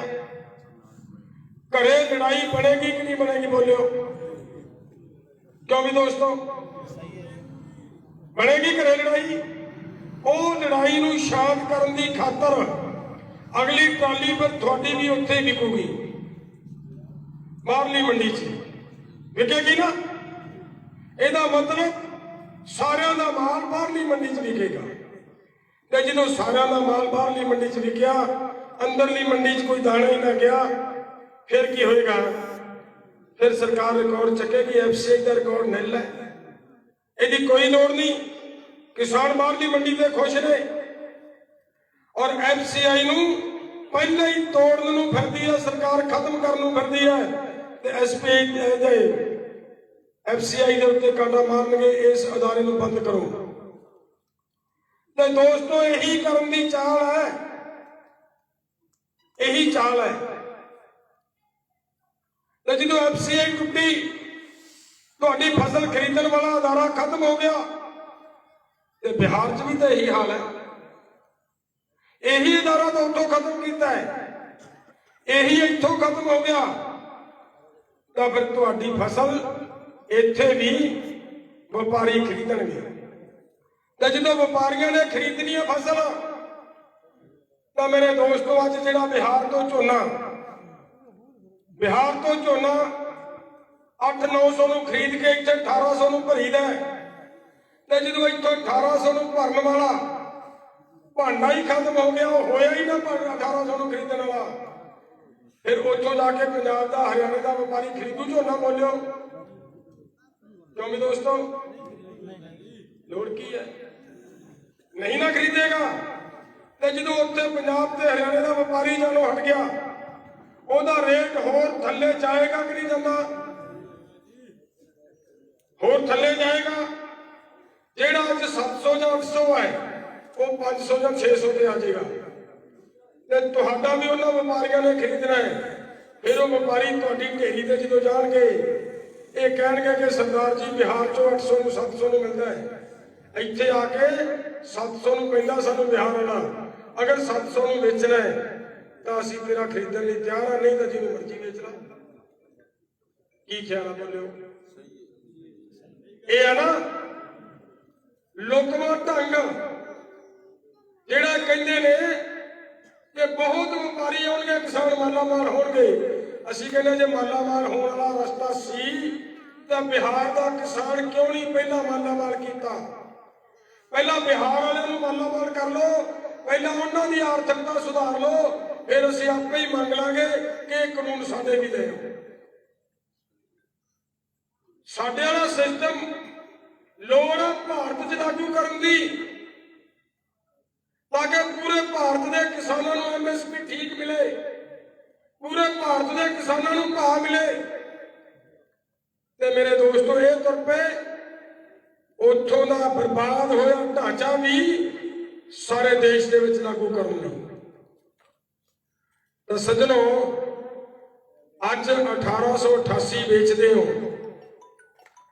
ਤੇ ਜਦੋਂ 1800 ਦੀ ਬਜਾਏ 700 ਨੂੰ ਵਿਕਿਆ, ਕੁਇੰਟਲ ਮਗਰ 1100 ਦਾ ਘਾਟਾ ਪਏਗਾ ਨਾ ਘਾਟਾ। ਤੇ ਫਿਰ ਉਹ ਘਾਟਾ ਕਰਜ਼ੇ ਦੇ ਰੂਪ ਵਿੱਚ ਸਿਰ ਤੇ ਇਕੱਠਾ ਨਹੀਂ ਹੋਏਗਾ? ਬੋਲਿਓ ਹੋਏਗਾ ਨਾ। ਤੇ ਤੁਹਾਡੇ ਤੋਂ ਕਿੰਨੇ ਆ ਉਹ ਕਰਜ਼ਾ ਇਕੱਠਾ ਹੋਣ ਤੇ ਜਿਹੜੇ ਇਹ ਸੋਚ ਲੈਣ ਕਿ ਮੈਂ ਹੁਣ ਅੱਗੇ ਫਸਲ ਨਹੀਂ ਬੀਜਣੀ? ਕੋਈ ਕਰ ਲੂਗਾ ਇਹ ਕੰਮ? ਨਹੀਂ ਹੋਣਾ, ਨਹੀਂ ਨਾ ਹੋਣਾ। ਫਸਲ ਤਾਂ ਬੀਜਣੀ ਪਏਗੀ, ਘਾਟਾ ਜਿੰਨਾ ਮਰਜ਼ੀ ਪਏ, ਘਾਟਾ ਕਣਕ 'ਚ ਵੀ ਪੈ ਗਿਆ, ਘਾਟਾ ਸੌਣੀ 'ਚ ਵੀ ਪੈ ਗਿਆ, ਘਾਟਾ ਹਾੜੀ 'ਚ ਵੀ ਪੈ ਗਿਆ, ਘਾਟਾ ਸੌਣੀ 'ਚ ਵੀ ਪੈ ਗਿਆ। ਤੇ 2 ਸਾਲਾਂ ਦੇ ਵਿੱਚ ਵੀਰੋ ਤੁਹਾਡੇ ਆੜ੍ਹਤੀਏ ਵੀ, ਤੁਹਾਡੀਆਂ ਬੈਂਕਾਂ ਵੀ ਹੱਥ ਖੜੇ ਕਰ ਦੇਣਗੀਆਂ ਕਿ ਤੇਰੀ ਜ਼ਮੀਨ ਦੇ ਉੱਤੇ ਜਿੰਨਾ ਕਰਜ਼ਾ ਚੁਕਾਇਆ ਜਾ ਸਕਦਾ ਸੀ ਪੂਰਾ ਹੋ ਗਿਆ ਸਰਦਾਰਾ, ਹੋਰ ਰੁਪਈਏ ਨਹੀਂ ਦਿੱਤੇ ਜਾ ਸਕਦੇ, ਹੋਰ ਰੁਪਈਏ ਨਹੀਂ ਦਿੱਤੇ ਜਾ ਸਕਦੇ। ਤੇ ਜਦੋਂ ਹੋਰ ਰੁਪਈਏ ਦੇਣ ਦਾ ਰਸਤਾ ਬੰਦ ਹੋਇਆ, ਤੁਹਾਡਾ ਗੱਡੀ ਦਾ ਪਹੀਆ ਫਸ ਗਿਆ ਚਿੱਕੜ 'ਚ, ਰਿੜਦਾ ਨਜ਼ਰ ਨਹੀਂ ਆ ਰਿਹਾ। ਇੱਕ ਕਾਨੂੰਨ ਨੇ ਕੰਮ ਕੀਤਾ ਹੈ ਜੀ, ਪਹੀਆ ਫਸ ਗਿਆ। ਹੁਣ ਇਦੋਂ ਅਗਲੇ ਪਾਸੇ ਫਸਣਾ ਹੈ, ਕੰਟਰੈਕਟ ਫਾਰਮਿੰਗ ਦੇ ਵਿੱਚ ਫਸਣਾ ਹੈ।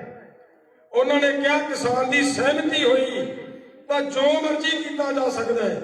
ਤੇ ਤੁਹਾਨੂੰ ਇੱਥੇ ਪਿੰਡ ਜਾ ਕੇ ਕੋਈ ਹੋਕਾ ਦੇਵੇ ਜਦੋਂ ਫਸਲ ਦਾ ਰੇਟ ਇੰਨਾ ਥੱਲੇ ਆ ਗਿਆ, ਠੇਕਾ ਕੀ ਹੋਏਗਾ? ਕਿਉਂ ਵੀ ਸੱਜਣੋ, ਠੇਕਾ ਡਿੱਗੇਗਾ ਥੱਲੇ, ਠੇਕੇ ਦਾ ਰੇਟ ਡਿੱਗੇਗਾ ਥੱਲੇ। ਜਦੋਂ ਠੇਕਾ ਥੱਲੇ ਡਿੱਗਿਆ ਉਸ ਵੇਲੇ ਫਿਰ ਇਹ ਆਉਣਗੇ, ਹੋਕਾ ਦੇਣਗੇ ਪਿੰਡ 'ਚ ਕਿ ਸਾਰੇ ਪਿੰਡ ਦੀ ਜ਼ਮੀਨ ਅਸੀਂ 30,000 ਨੂੰ ਠੇਕੇ ਤੇ ਲੈਣ ਲਈ ਤਿਆਰ ਹਾਂ। ਆਓ ਕਿਸਾਨੋ, ਜੇ ਕਿਸੇ ਨੇ 30,000 ਨੂੰ ਠੇਕੇ ਤੇ ਦੇਣੀ ਹੈ, ਜਦੋਂ ਤੁਹਾਡਾ ਠੇਕਾ 10,000 ਨਾਲ ਮਿਲਦਾ ਦਿਸਿਆ, ਫਿਰ ਤੁਸੀਂ 30,000 ਵਾਲੇ ਨੂੰ ਭੱਜ ਕੇ ਜਾਓਗੇ ਕਿ ਨਹੀਂ ਜਾਂਦੇ? ਬੋਲਿਓ, ਜਾਵਾਂਗੇ ਨਾ। ਤੇ ਜਦੋਂ 30,000 ਵਾਲੇ ਕੋਲੇ ਗਏ, ਉਹਨੇ ਜਾਂਦਿਆਂ ਸਾਰੇ ਪੁੱਛਣਾ ਹੈ ਕਿ ਕੋਈ ਜ਼ਬਰਦਸਤੀ ਤਾਂ ਨਹੀਂ ਤੇਰੇ ਨਾਲ, ਸਹਿਮਤੀ ਨਾਲ ਦੇਣਾ ਆ ਭਾਈ। ਤੇ ਤੁਸੀਂ ਪਤਾ ਕੀ ਕਹਿਣਾ, ਯਾਰ ਮੇਰਾ ਨਵੇੜ ਕੰਮ ਕਿਤੇ ਹੋਰ ਨਾ, ਮੈਂ ਲੇਟ ਨਾ ਹੋ ਜਾਵਾਂ, ਕਿਤੇ ਮੈਂ ਰਹਿ ਹੀ ਨਾ ਜਾਵਾਂ। ਉਹ ਕਹੇਗਾ ਸਭ ਤੋਂ ਪਹਿਲਾਂ ਸਹਿਮਤੀ ਤੇ ਅੰਗੂਠਾ ਲਾ ਕਿ ਮੈਂ ਸਹਿਮਤ ਹਾਂ।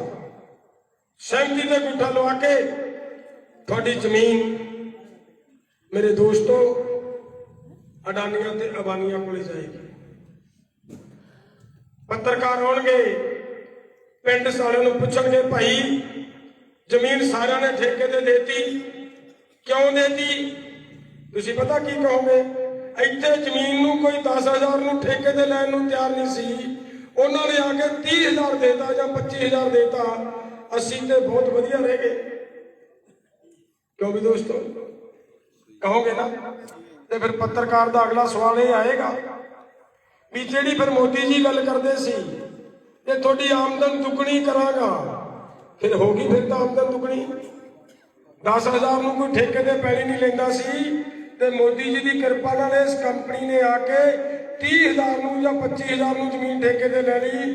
ਕਿਸਾਨੋ, ਫਿਰ ਤਾਂ ਸਹਿਮਤ ਹੋ ਤੁਸੀਂ, ਮੋਦੀ ਨੇ ਤੁਹਾਡੀ ਆਮਦਨ ਦੁੱਗਣੀ ਕਰਤੀ ਕਿ ਨਾ ਕਰਤੀ? ਕਹਿਣਗੇ ਨਾ ਕਿਸਾਨ ਵੀ ਹਾਂ ਜੀ ਕਰਤੀ। ਕੀ ਖਿਆਲ ਹੈ ਦੋਸਤੋ? ਕਹੋਗੇ ਨਾ? 2 ਵਾਅਦੇ ਪੂਰੇ ਕਰਤੇ ਮੋਦੀ ਨੇ, 2। ਤੁਹਾਡੀ ਆਮਦਨ ਦੁੱਗਣੀ ਕਰਤੀ ਤੇ ਅਡਾਨੀ ਨਾਲ ਵਾਅਦਾ ਸੀਗਾ ਤੈਨੂੰ ਸਾਰੇ ਭਾਰਤ ਦੀ ਜ਼ਮੀਨ ਦੇਣੀ ਹੈ, ਉਹਨੂੰ ਸਾਰੇ ਭਾਰਤ ਦੀ ਜ਼ਮੀਨ ਦੇ ਗਿਆ। ਭਰਾਵੋ, ਦੋਨੇ ਵਾਅਦੇ ਪੂਰੇ ਕਰਤੇ, ਦੋਨੇ ਵਾਅਦੇ ਪੂਰੇ ਕਰਤੇ। ਇਸ ਤਰੀਕੇ ਨਾਲ ਜ਼ਮੀਨ ਜਾਏਗੀ। ਜਿਹੜੇ ਪੁੱਛਦੇ ਆ ਕਿ ਦੱਸੋ ਜ਼ਮੀਨ ਕਿਵੇਂ ਜਾਏਗੀ, ਹੁਣ ਸਮਝ ਆ ਰਹੀ ਹੈ ਕਿ ਜ਼ਮੀਨ ਜਾਂਦੀ ਹੈ ਦੋਸਤੋ। ਸੋ ਮੇਰਾ ਖਿਆਲ ਹੈ ਹੁਣ ਤੇ ਜਾਣਾ ਚਾਹੀਦਾ ਹੈ। ਜ਼ਮੀਨ ਬਚਾਉਣੀ ਹੈ ਕਿ ਨਹੀਂ ਬਚਾਉਣੀ? ਕਿਉਂ ਵੀ ਦੋਸਤੋ? ਕਿਉਂਕਿ ਇਹ ਦੇਖੋ, ਜ਼ਮੀਨ ਠੇਕੇ ਤੇ ਚਲੀ ਗਈ, ਕਰਜ਼ਾ ਸਿਰ ਹੈ, ਕਰਜ਼ਾ ਬੱਚਿਆਂ ਦੇ ਸਿਰ ਹੈ। ਨਿੱਕੇ ਨਿੱਕੇ ਬੱਚੇ ਜਿਹੜੇ ਪੋਤੇ ਨੇ, ਆ ਛੋਟੇ ਛੋਟੇ ਵਿਚਾਰੇ ਫਿਰਦੇ ਆ, ਇਹਨਾਂ ਨੂੰ ਕੀ ਪਤਾ ਹੈ ਕਿ ਮੇਰੇ ਬਾਪੂ ਨੇ ਕਰਜ਼ਾ ਚੱਕਿਆ ਹੈ, ਮੇਰੇ ਬਾਪੂ ਨੇ ਜ਼ਮੀਨ 50 ਸਾਲ ਲਈ ਦੇਤੀ? ਇਹਨਾਂ ਨੂੰ ਪਤਾ ਕੋਈ ਪਤਾ ਨਹੀਂ ਇਹਨਾਂ ਨੂੰ। ਇਹ ਤੇ ਆਪਦੀ ਮੌਜ ਤੇ ਆਪਦੀ ਜ਼ਿੰਦਗੀ ਜਿਉਂਦੇ ਫਿਰਦੇ ਆ। ਔਰ ਇਹ ਕਰਜ਼ਾ ਲਾਉਣ ਦੇ ਲਈ ਇਹ ਫਾਹਾ ਇਹਨਾਂ ਦੇ ਗੱਲ ਪੈਣਾ, ਇਹਨਾਂ ਬੱਚਿਆਂ ਦੇ ਗੱਲ। ਤੇ ਦੋਸਤੋ, ਉਸ ਵੇਲੇ ਫਿਰ ਇਹ ਬੱਚੇ ਜਾਂ ਤਾਂ ਖੁਦਕੁਸ਼ੀ ਕਰਨਗੇ ਜਾਂ ਫਿਰ ਇਹ ਬੱਚੇ ਹਥਿਆਰ ਚੱਕਣਗੇ। ਤੇ ਜਦੋਂ ਹਥਿਆਰ ਚੱਕਿਆ ਜਾਂ ਖੁਦਕੁਸ਼ੀ ਕੀਤੀ, ਸਾਡੇ ਕੋਲੋਂ ਤੇ ਸਾਡਾ ਗਿਆ। ਕੌਮੀ ਦੋਸਤੋ, ਗਿਆ ਕਿ ਨਹੀਂ ਗਿਆ? ਸਾਡਾ ਤਾਂ ਸਾਡੇ ਕੋਲੋਂ ਗਿਆ। ਚਾਹੇ ਉਹ ਫਾਹਾ ਲੈ ਕੇ ਮਰ ਜੇ, ਚਾਹੇ ਉਹ ਹਥਿਆਰ ਚੱਕ ਲੈ। ਹਥਿਆਰ ਚੱਕ ਲਿਆ ਤੇ ਸਰਕਾਰ ਨੇ ਕੱਲਾ ਉਹ ਨਹੀਂ, ਸਾਰਾ ਪਰਿਵਾਰ ਮਾਰਨਾ ਹੈ, ਰਿਸ਼ਤੇਦਾਰ ਮਾਰਨੇ ਹੈ, ਜਿਨ੍ਹਾਂ ਜਿਨ੍ਹਾਂ ਦੇ ਕੋਲੇ ਜਾ ਕੇ ਉਹ ਰਹੇਗਾ, ਰੋਟੀ ਖਾਏਗਾ ਨਾ, ਸਾਰੇ ਉਹ ਮਾਰਨੇ ਹੈ। ਆਪਾਂ ਦੇਖਿਆ ਹੀ ਆ ਪਿੱਛੇ, ਖਾਸ ਕਰਕੇ ਅਸੀਂ ਪੰਜਾਬ ਵਾਲਿਆਂ ਨੇ ਧਿਆਨ ਆਇਆ। ਰਾਜਸਥਾਨ ਕਿਹੜਾ ਦੂਰ ਆ, ਤੁਸੀਂ ਵੀ ਸਾਡੇ ਨਾਲ ਹੀ ਹੋ, ਆਹ ਤਾਂ ਪੰਜਾਬ ਦਾ ਇਲਾਕਾ ਹੀ ਹੈ। ਹੰਡਾਇਆ ਹੈ ਨਾ ਦੁੱਖ ਸਾਰਿਆਂ ਨੇ। ਇਹ ਦੁਬਾਰਾ ਆਉਣਾ ਹੈ, ਤੇ ਫਿਰ ਜਦੋਂ ਇਹ ਦੁਬਾਰਾ ਆਇਆ, ਤੁਸੀਂ ਕੀ ਕਹੋਗੇ?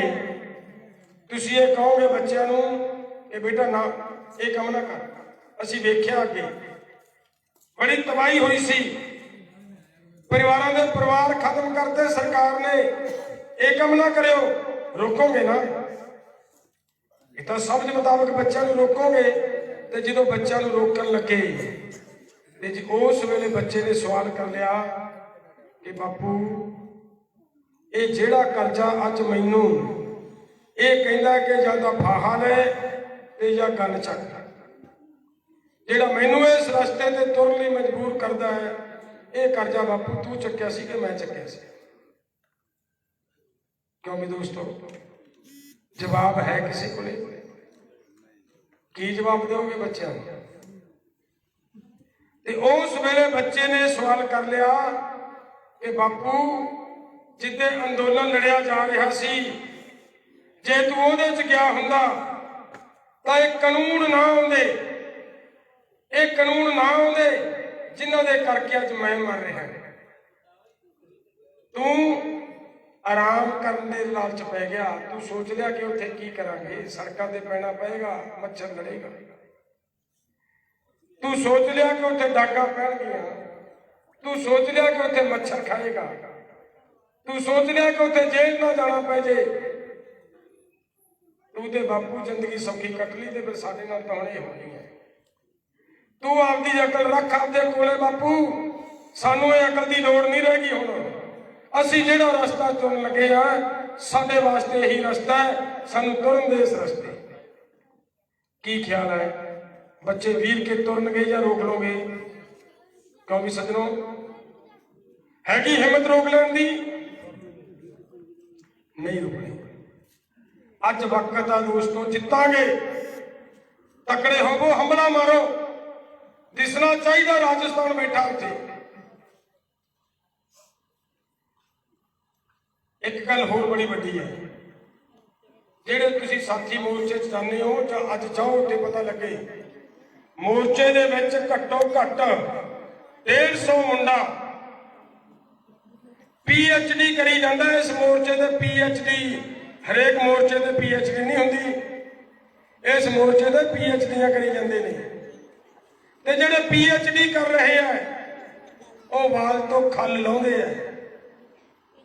ਉਹ ਲਿਖਣਗੇ ਕਿ ਇਹ ਮੋਰਚਾ ਪੰਜਾਬ ਤੇ ਹਰਿਆਣੇ ਨੇ ਲੜਿਆ, ਕੁਛ ਯੂਪੀ ਨੇ ਲੜਿਆ, ਰਾਜਸਥਾਨ ਤੇ ਕਦੇ ਧੱਕਿਆ ਧਕਾਇਆ ਮਾੜਾ ਮੋਟਾ ਜਾਂਦਾ ਰਿਹਾ, ਰਾਜਸਥਾਨ ਦੀ ਕੋਈ ਹਾਜ਼ਰੀ ਨਹੀਂ ਰਹੀ। ਇਹ ਲਿਖਣਗੇ ਕਿ ਨਹੀਂ ਲਿਖਣਗੇ ਕਿਤਾਬ 'ਚ? ਕਿਉਂ ਵੀ ਦੋਸਤੋ, ਲਿਖਣਗੇ ਨਾ। ਤੇ ਜੇਕਰ ਰੱਬ ਨਾ ਕਰੇ, ਉਹ ਸਤਿਗੁਰੂ ਮਿਹਰ ਕਰੇ ਸਾਡੇ ਤੇ, ਸਾਡੀ ਇਹ ਗੱਲ ਸੱਚ ਨਾ ਹੋਵੇ, ਜੇਕਰ 0.01% ਅਸੀਂ ਮੋਰਚਾ ਹਾਰ ਗਏ ਤਾਂ ਕਿਤਾਬ 'ਚ ਲਿਖਿਆ ਜਾਣਾ ਹੈ ਕਿ ਪੰਜਾਬ ਨੇ ਬਹੁਤ ਜ਼ੋਰ ਲਾਇਆ, ਹਰਿਆਣੇ ਨੇ ਮੁੱਖ ਮੰਤਰੀ ਕੀ ਕਿਸੇ ਦਾ ਜਹਾਜ਼ ਨਹੀਂ ਉਤਰਨ ਦਿੱਤਾ, ਲੋਕਾਂ ਨੇ ਸਿਰ ਪੜਵਾਲੇ ਜੇਲ੍ਹਾਂ 'ਚ ਬਹਿ ਗਏ, ਲੇਕਿਨ ਰਾਜਸਥਾਨ ਨੇ ਪੂਰਾ ਸਾਥ ਨਹੀਂ ਦਿੱਤਾ, ਜਿਸ ਕਰਕੇ ਮੋਰਚਾ ਹਾਰ ਗਏ। ਕੀ ਖਿਆਲ ਹੈ ਦੋਸਤੋ? ਇਹ ਤਾੜੀ ਮਾਰਨ ਵਾਲੀ ਗੱਲ ਨਹੀਂ ਯਾਰ, ਇਹ ਤਾਂ ਰੋਣ ਵਾਲੀ ਗੱਲ ਹੈ। ਉੱਥੇ ਆਓ, ਉੱਥੇ ਬੈਠਾਂਗੇ, ਫਿਰ ਮਾਰਾਂਗੇ ਤਾੜੀ ਜਿਹਦੇ ਜਿੱਤ ਕੇ ਆਏ। ਆਓ ਉੱਥੇ ਚੱਲੀਏ, ਉਸ ਮੋਰਚੇ ਨੂੰ ਕਰੀਏ ਤਕੜਾ, ਉਹਨੂੰ ਜਿੱਤ ਕੇ ਆਵਾਂਗੇ, ਫਿਰ ਇਕੱਠੇ ਹੋਵਾਂਗੇ, ਫਿਰ ਇੱਥੇ ਆ ਕੇ ਖੁਸ਼ੀਆਂ ਮਨਾਵਾਂਗੇ, ਜਸ਼ਨ ਮਨਾਵਾਂਗੇ ਦੋਸਤੋ। ਉਹਦੇ ਮਾਰਿਓ ਤਾੜੀਆਂ। सो दास दी इन्नी क हाजरी प्रवान कर लियो, क्योंकि मैं हजे पंजाब वापस जाना है। अच्छा तड़के स्नेहा दे लगे हैं, कल दे असल तो तुरी फिरदे इसे काम थोड़े फिर तय दिलों धन्यवादी हैं, ऋणी हैं दोस्तों कि जिस तरीके दे नाल तुसी बड़े ठरमे दे नाल रात दे समय बैठ के एक एक गल बड़े ध्यान नाल सुनी है। तुहाडा सारिਆਂ दे तय दिलों धन्यवादी हैं प्यारिओ। तुहाडा एक एक कदम इत्थे चल के आया साडे सिर मत्थे है और साडी अपील है। एक गल मैनूं दस दिओ, जिन्नियां मैं तुहानूं गल्लां दस्सियां सारिਆਂ दे समझ आ गईयां दोस्तों? पता लग गया कि कानून जमीन किवें लैणगे? क्यों भी सज्जो हथ खड़े करके दस्यो जिन्हां नूं पता लग गया। फिर जमीन बचाउण वास्ते दिल्ली जाण दी लोड़ लगदी है, तो फिर हथ खड़े करके दसो किन्ने लोग दिल्ली जाणगे? करो हथ खड़े, पता पता लगे। थोड़े ने कीते हैं, ਇਹਦਾ मतलब बाकी हजे उड़ीकदे हो भी की होएगा, देखी जाएगी। नरमा चुगी जांदी ओ सज्जनों, नरमे नुरमे छड्ड दिओ नरमे नुरमे। जे जमीन ना रही तो नरमे कित्थे होने हैं? जे जमीन ना रही नरमे नुरमे नहीं रहने। एक मैं लास्ट के उत्ते कड़तन वाली गल तुहाडे नाल साझी करन लगा। एक मिसाल है, ਇੱਥੇ ਤੁਸੀਂ ਦੇਖਿਆ ਹੋਵੇਗਾ ਕੋਈ ਕੁੱਤੀ ਬੱਚੇ ਦੇ ਦੇਣਾ ਘੋਰਨੇ 'ਚ ਕਿਤੇ, ਤੇ ਉੱਥੋਂ ਦੀ ਸਾਰੇ ਪਿੰਡ ਦਾ ਨਾਂਗਾ ਹੋਵੇ, ਤੇ ਜਦੋਂ ਬੱਚੇ ਦੇ ਦਿੰਦੀ ਹੈ ਸਾਰੇ ਪਿੰਡ ਦਾ ਨਾਂਗਾ ਬੰਦ ਕਰਦੀ ਹੈ ਕਿ ਨਹੀਂ ਕਰਦੀ? ਕਿਉਂ ਵੀ ਦੋਸਤੋ ਕਰਦੀ ਹੈ ਨਾ? ਕਿਉਂ ਕਰਦੀ ਹੈ? ਕਿ ਮੇਰੇ ਬੱਚੇ ਆ, ਖਬਰਦਾਰ ਮੇਰੇ ਬੱਚਿਆਂ ਦੇ ਕੋਈ ਨੇੜੇ ਆਇਆ ਤਾਂ ਉਹ ਸੱਜਣੋ ਜੱਟੋ और तिरगा साडे दादे घोण दे, तिरगा साडे प्यो घोण दे कि साडे पोते दी मौत हुंदी किहदी है? सामने नजर आ रही है कि पोता मरेगा, ते हजे दिल्ली जानवरी हथ आए हैं तुहाडे। तिरगा साडे दादे घोण दे। दादा अगर पोते दी जिंदगी बच जाए, दादे नूं मरना पै जाए, तो मेरा ख्याल है दोस्तों ये तो सस्ता सौदा साडे वास्ते कोई नहीं। ये करना चाहिए, अगर मर्द हो तो ये करना चाहिए, ते करना पैना। जे तुसी ना कीता ते पोते करनगे ये काम, ते धक्के मार मार घरां चों बाहर कढणगे। क्यों कढणगे वो भी दस दिया, सुनियो क्यों कढणगे? वो ये कहणगे कि मेरे परदादे की जमीन सी, तेनू किने राइट देता कि मेरी जमीन कंपनी नूं बेचे? मेरा हक सी है जमीन ते, मेरी जमीन का सत्यानाश तू कीता बापू, इस करके तू घरे रहने दे काबिल नहीं, मैं जो करता मैनू करन दे। ये जवाब मिलणगे बच्चा। ते जे किते उस मोर्चे चो बापू डांगा खा के आया, उस मोर्चे चो जित के बापू जेल चो आया, ते पोता हार पा के गल दे विच हार पा के रेलवे स्टेशन तो लेके आएगा। बोलो लेके आएगा कि नहीं लेके आएगा? ते फिर की कहना बोलियो? हार पाना के धक्के खाने हैं? हार पाना चलो उधर सीधे हो के मर्द बनो यार, अपने आप को मर्द कहने हैं। तिरगा साडी मर्दानगी दे यार, बच्चों को जन्म दिता है, साडी कोई रिस्पोंसिबिलिटी है। वो कुत्ती ने की करवाना उदों? थोड़िया ने तो थानू चकना रोटी खोनी पालना बुझे हुए। ते कुत्ती दे बच्चों ने कदे कुत्ती नूं संभालदे वेखे आ?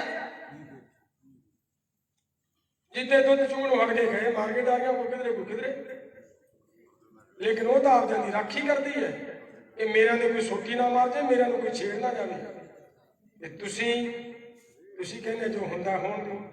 सो इस करके दोबारा फिर एक बार हथ खड़ा करके दसो जेडे भला दिल्ली नूं जाणगे, पता तो लगे किन्ने दी जमीन जागदी है। बहुत बहुत धन्यवाद दोस्तों। वाहिगुरू जी का खालसा, वाहिगुरू जी की फतेह।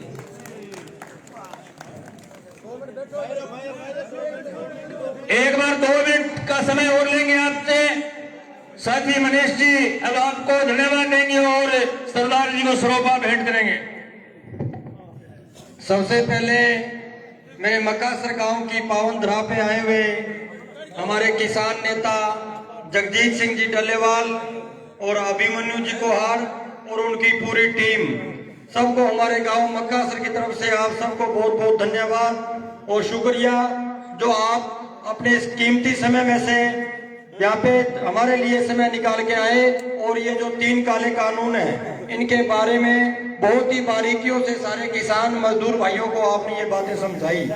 सबसे और दूसरी बात, मेरे गांव के बुजुर्ग नौजवान साथी और जो माता और बहनें घरों में बैठे हमारी बात सुन रही है, सबका बहुत बहुत धन्यवाद।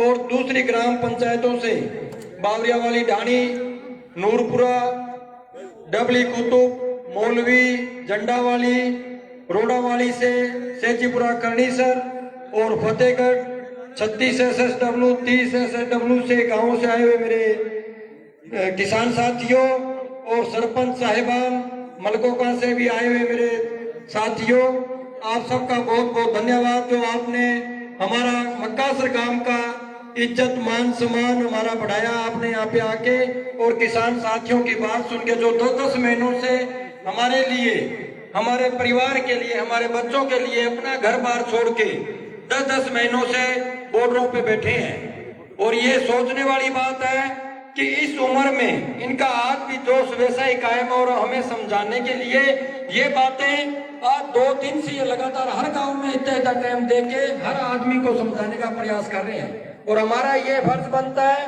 कि सारे गांव के हर एक गांव से जो किसान साथी आए हैं सब अपने अपने गांव में कमेटियां बनाएं और अपने अपने गांव की जो राजस्थान की जो बॉर्डर है, शाहजहांपुर बॉर्डर, वहां पे सारे गांवों की टोलियां बना के वहां पे पहुंचे।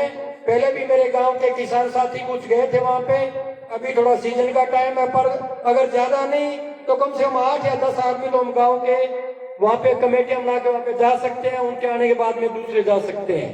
तो इसमें हमारा सबका साथ बहुत जरूरी है, क्योंकि ये लड़ाई है जो किसी पार्टी या व्यक्ति विशेष की लड़ाई नहीं है, ये लड़ाई है हमारे परिवार की, हमारे बच्चों की। और मक्कासर गांव तो हमेशा से संघर्षों में सबसे आगे रहा है। हमारा भी फर्ज बनता है कि हम सारे कल के बाद में मंत्रणा करें इस बात पे कि हम भी बॉर्डरों पे जाएंगे। और अब मैं आए हुए मेहमानों का स्वागत के लिए सरोपा बैंड करने के लिए सबसे पहले ओम प्रकाश जी पूर्व सरपंच आए और जगजीत सिंह जी डल्लेवाल जी को सरोपा बैंड करें।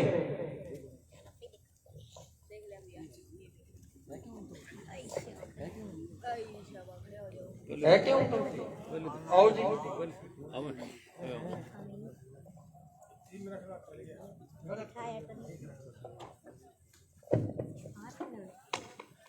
नीचे नीचे। उसके बाद में रुदू सिंह जी, कौर सिंह जी, बहुत टाइम दिया इस बार। इधर इधर इधर बाबा, आगे आगे, इधर आ जाओ थोड़ा, इधर इधर देख के जी, इधर देख के, इधर देख के। रुदू सिंह जी, कौर सिंह जी सेखो, गुरजंट सिंह जी पूर्व सरपंच डबली कुतुब आए और अभिमन्यु जी को सरोपा बैंड करें। भाई भल्ला सिंह जी भी साथ। इधर देख के। ना कोई नहीं, कोई नहीं। बोले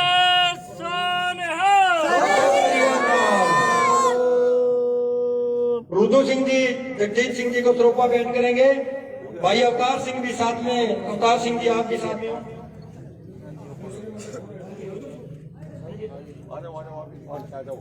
चलो भाई सिंह जी और साथ में पूरी टीम आई है। मैं क्षमा चाहता हूँ कि आप अपने आप आते रहे, मुझे सबका नाम पता नहीं है।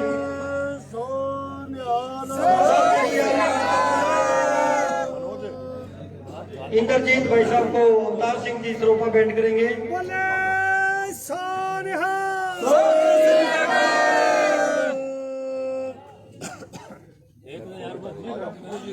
मोती जी और प्रीतम सिंह जी है, प्रीतम जी आप भी आओ। इधर इधर देख के भाई।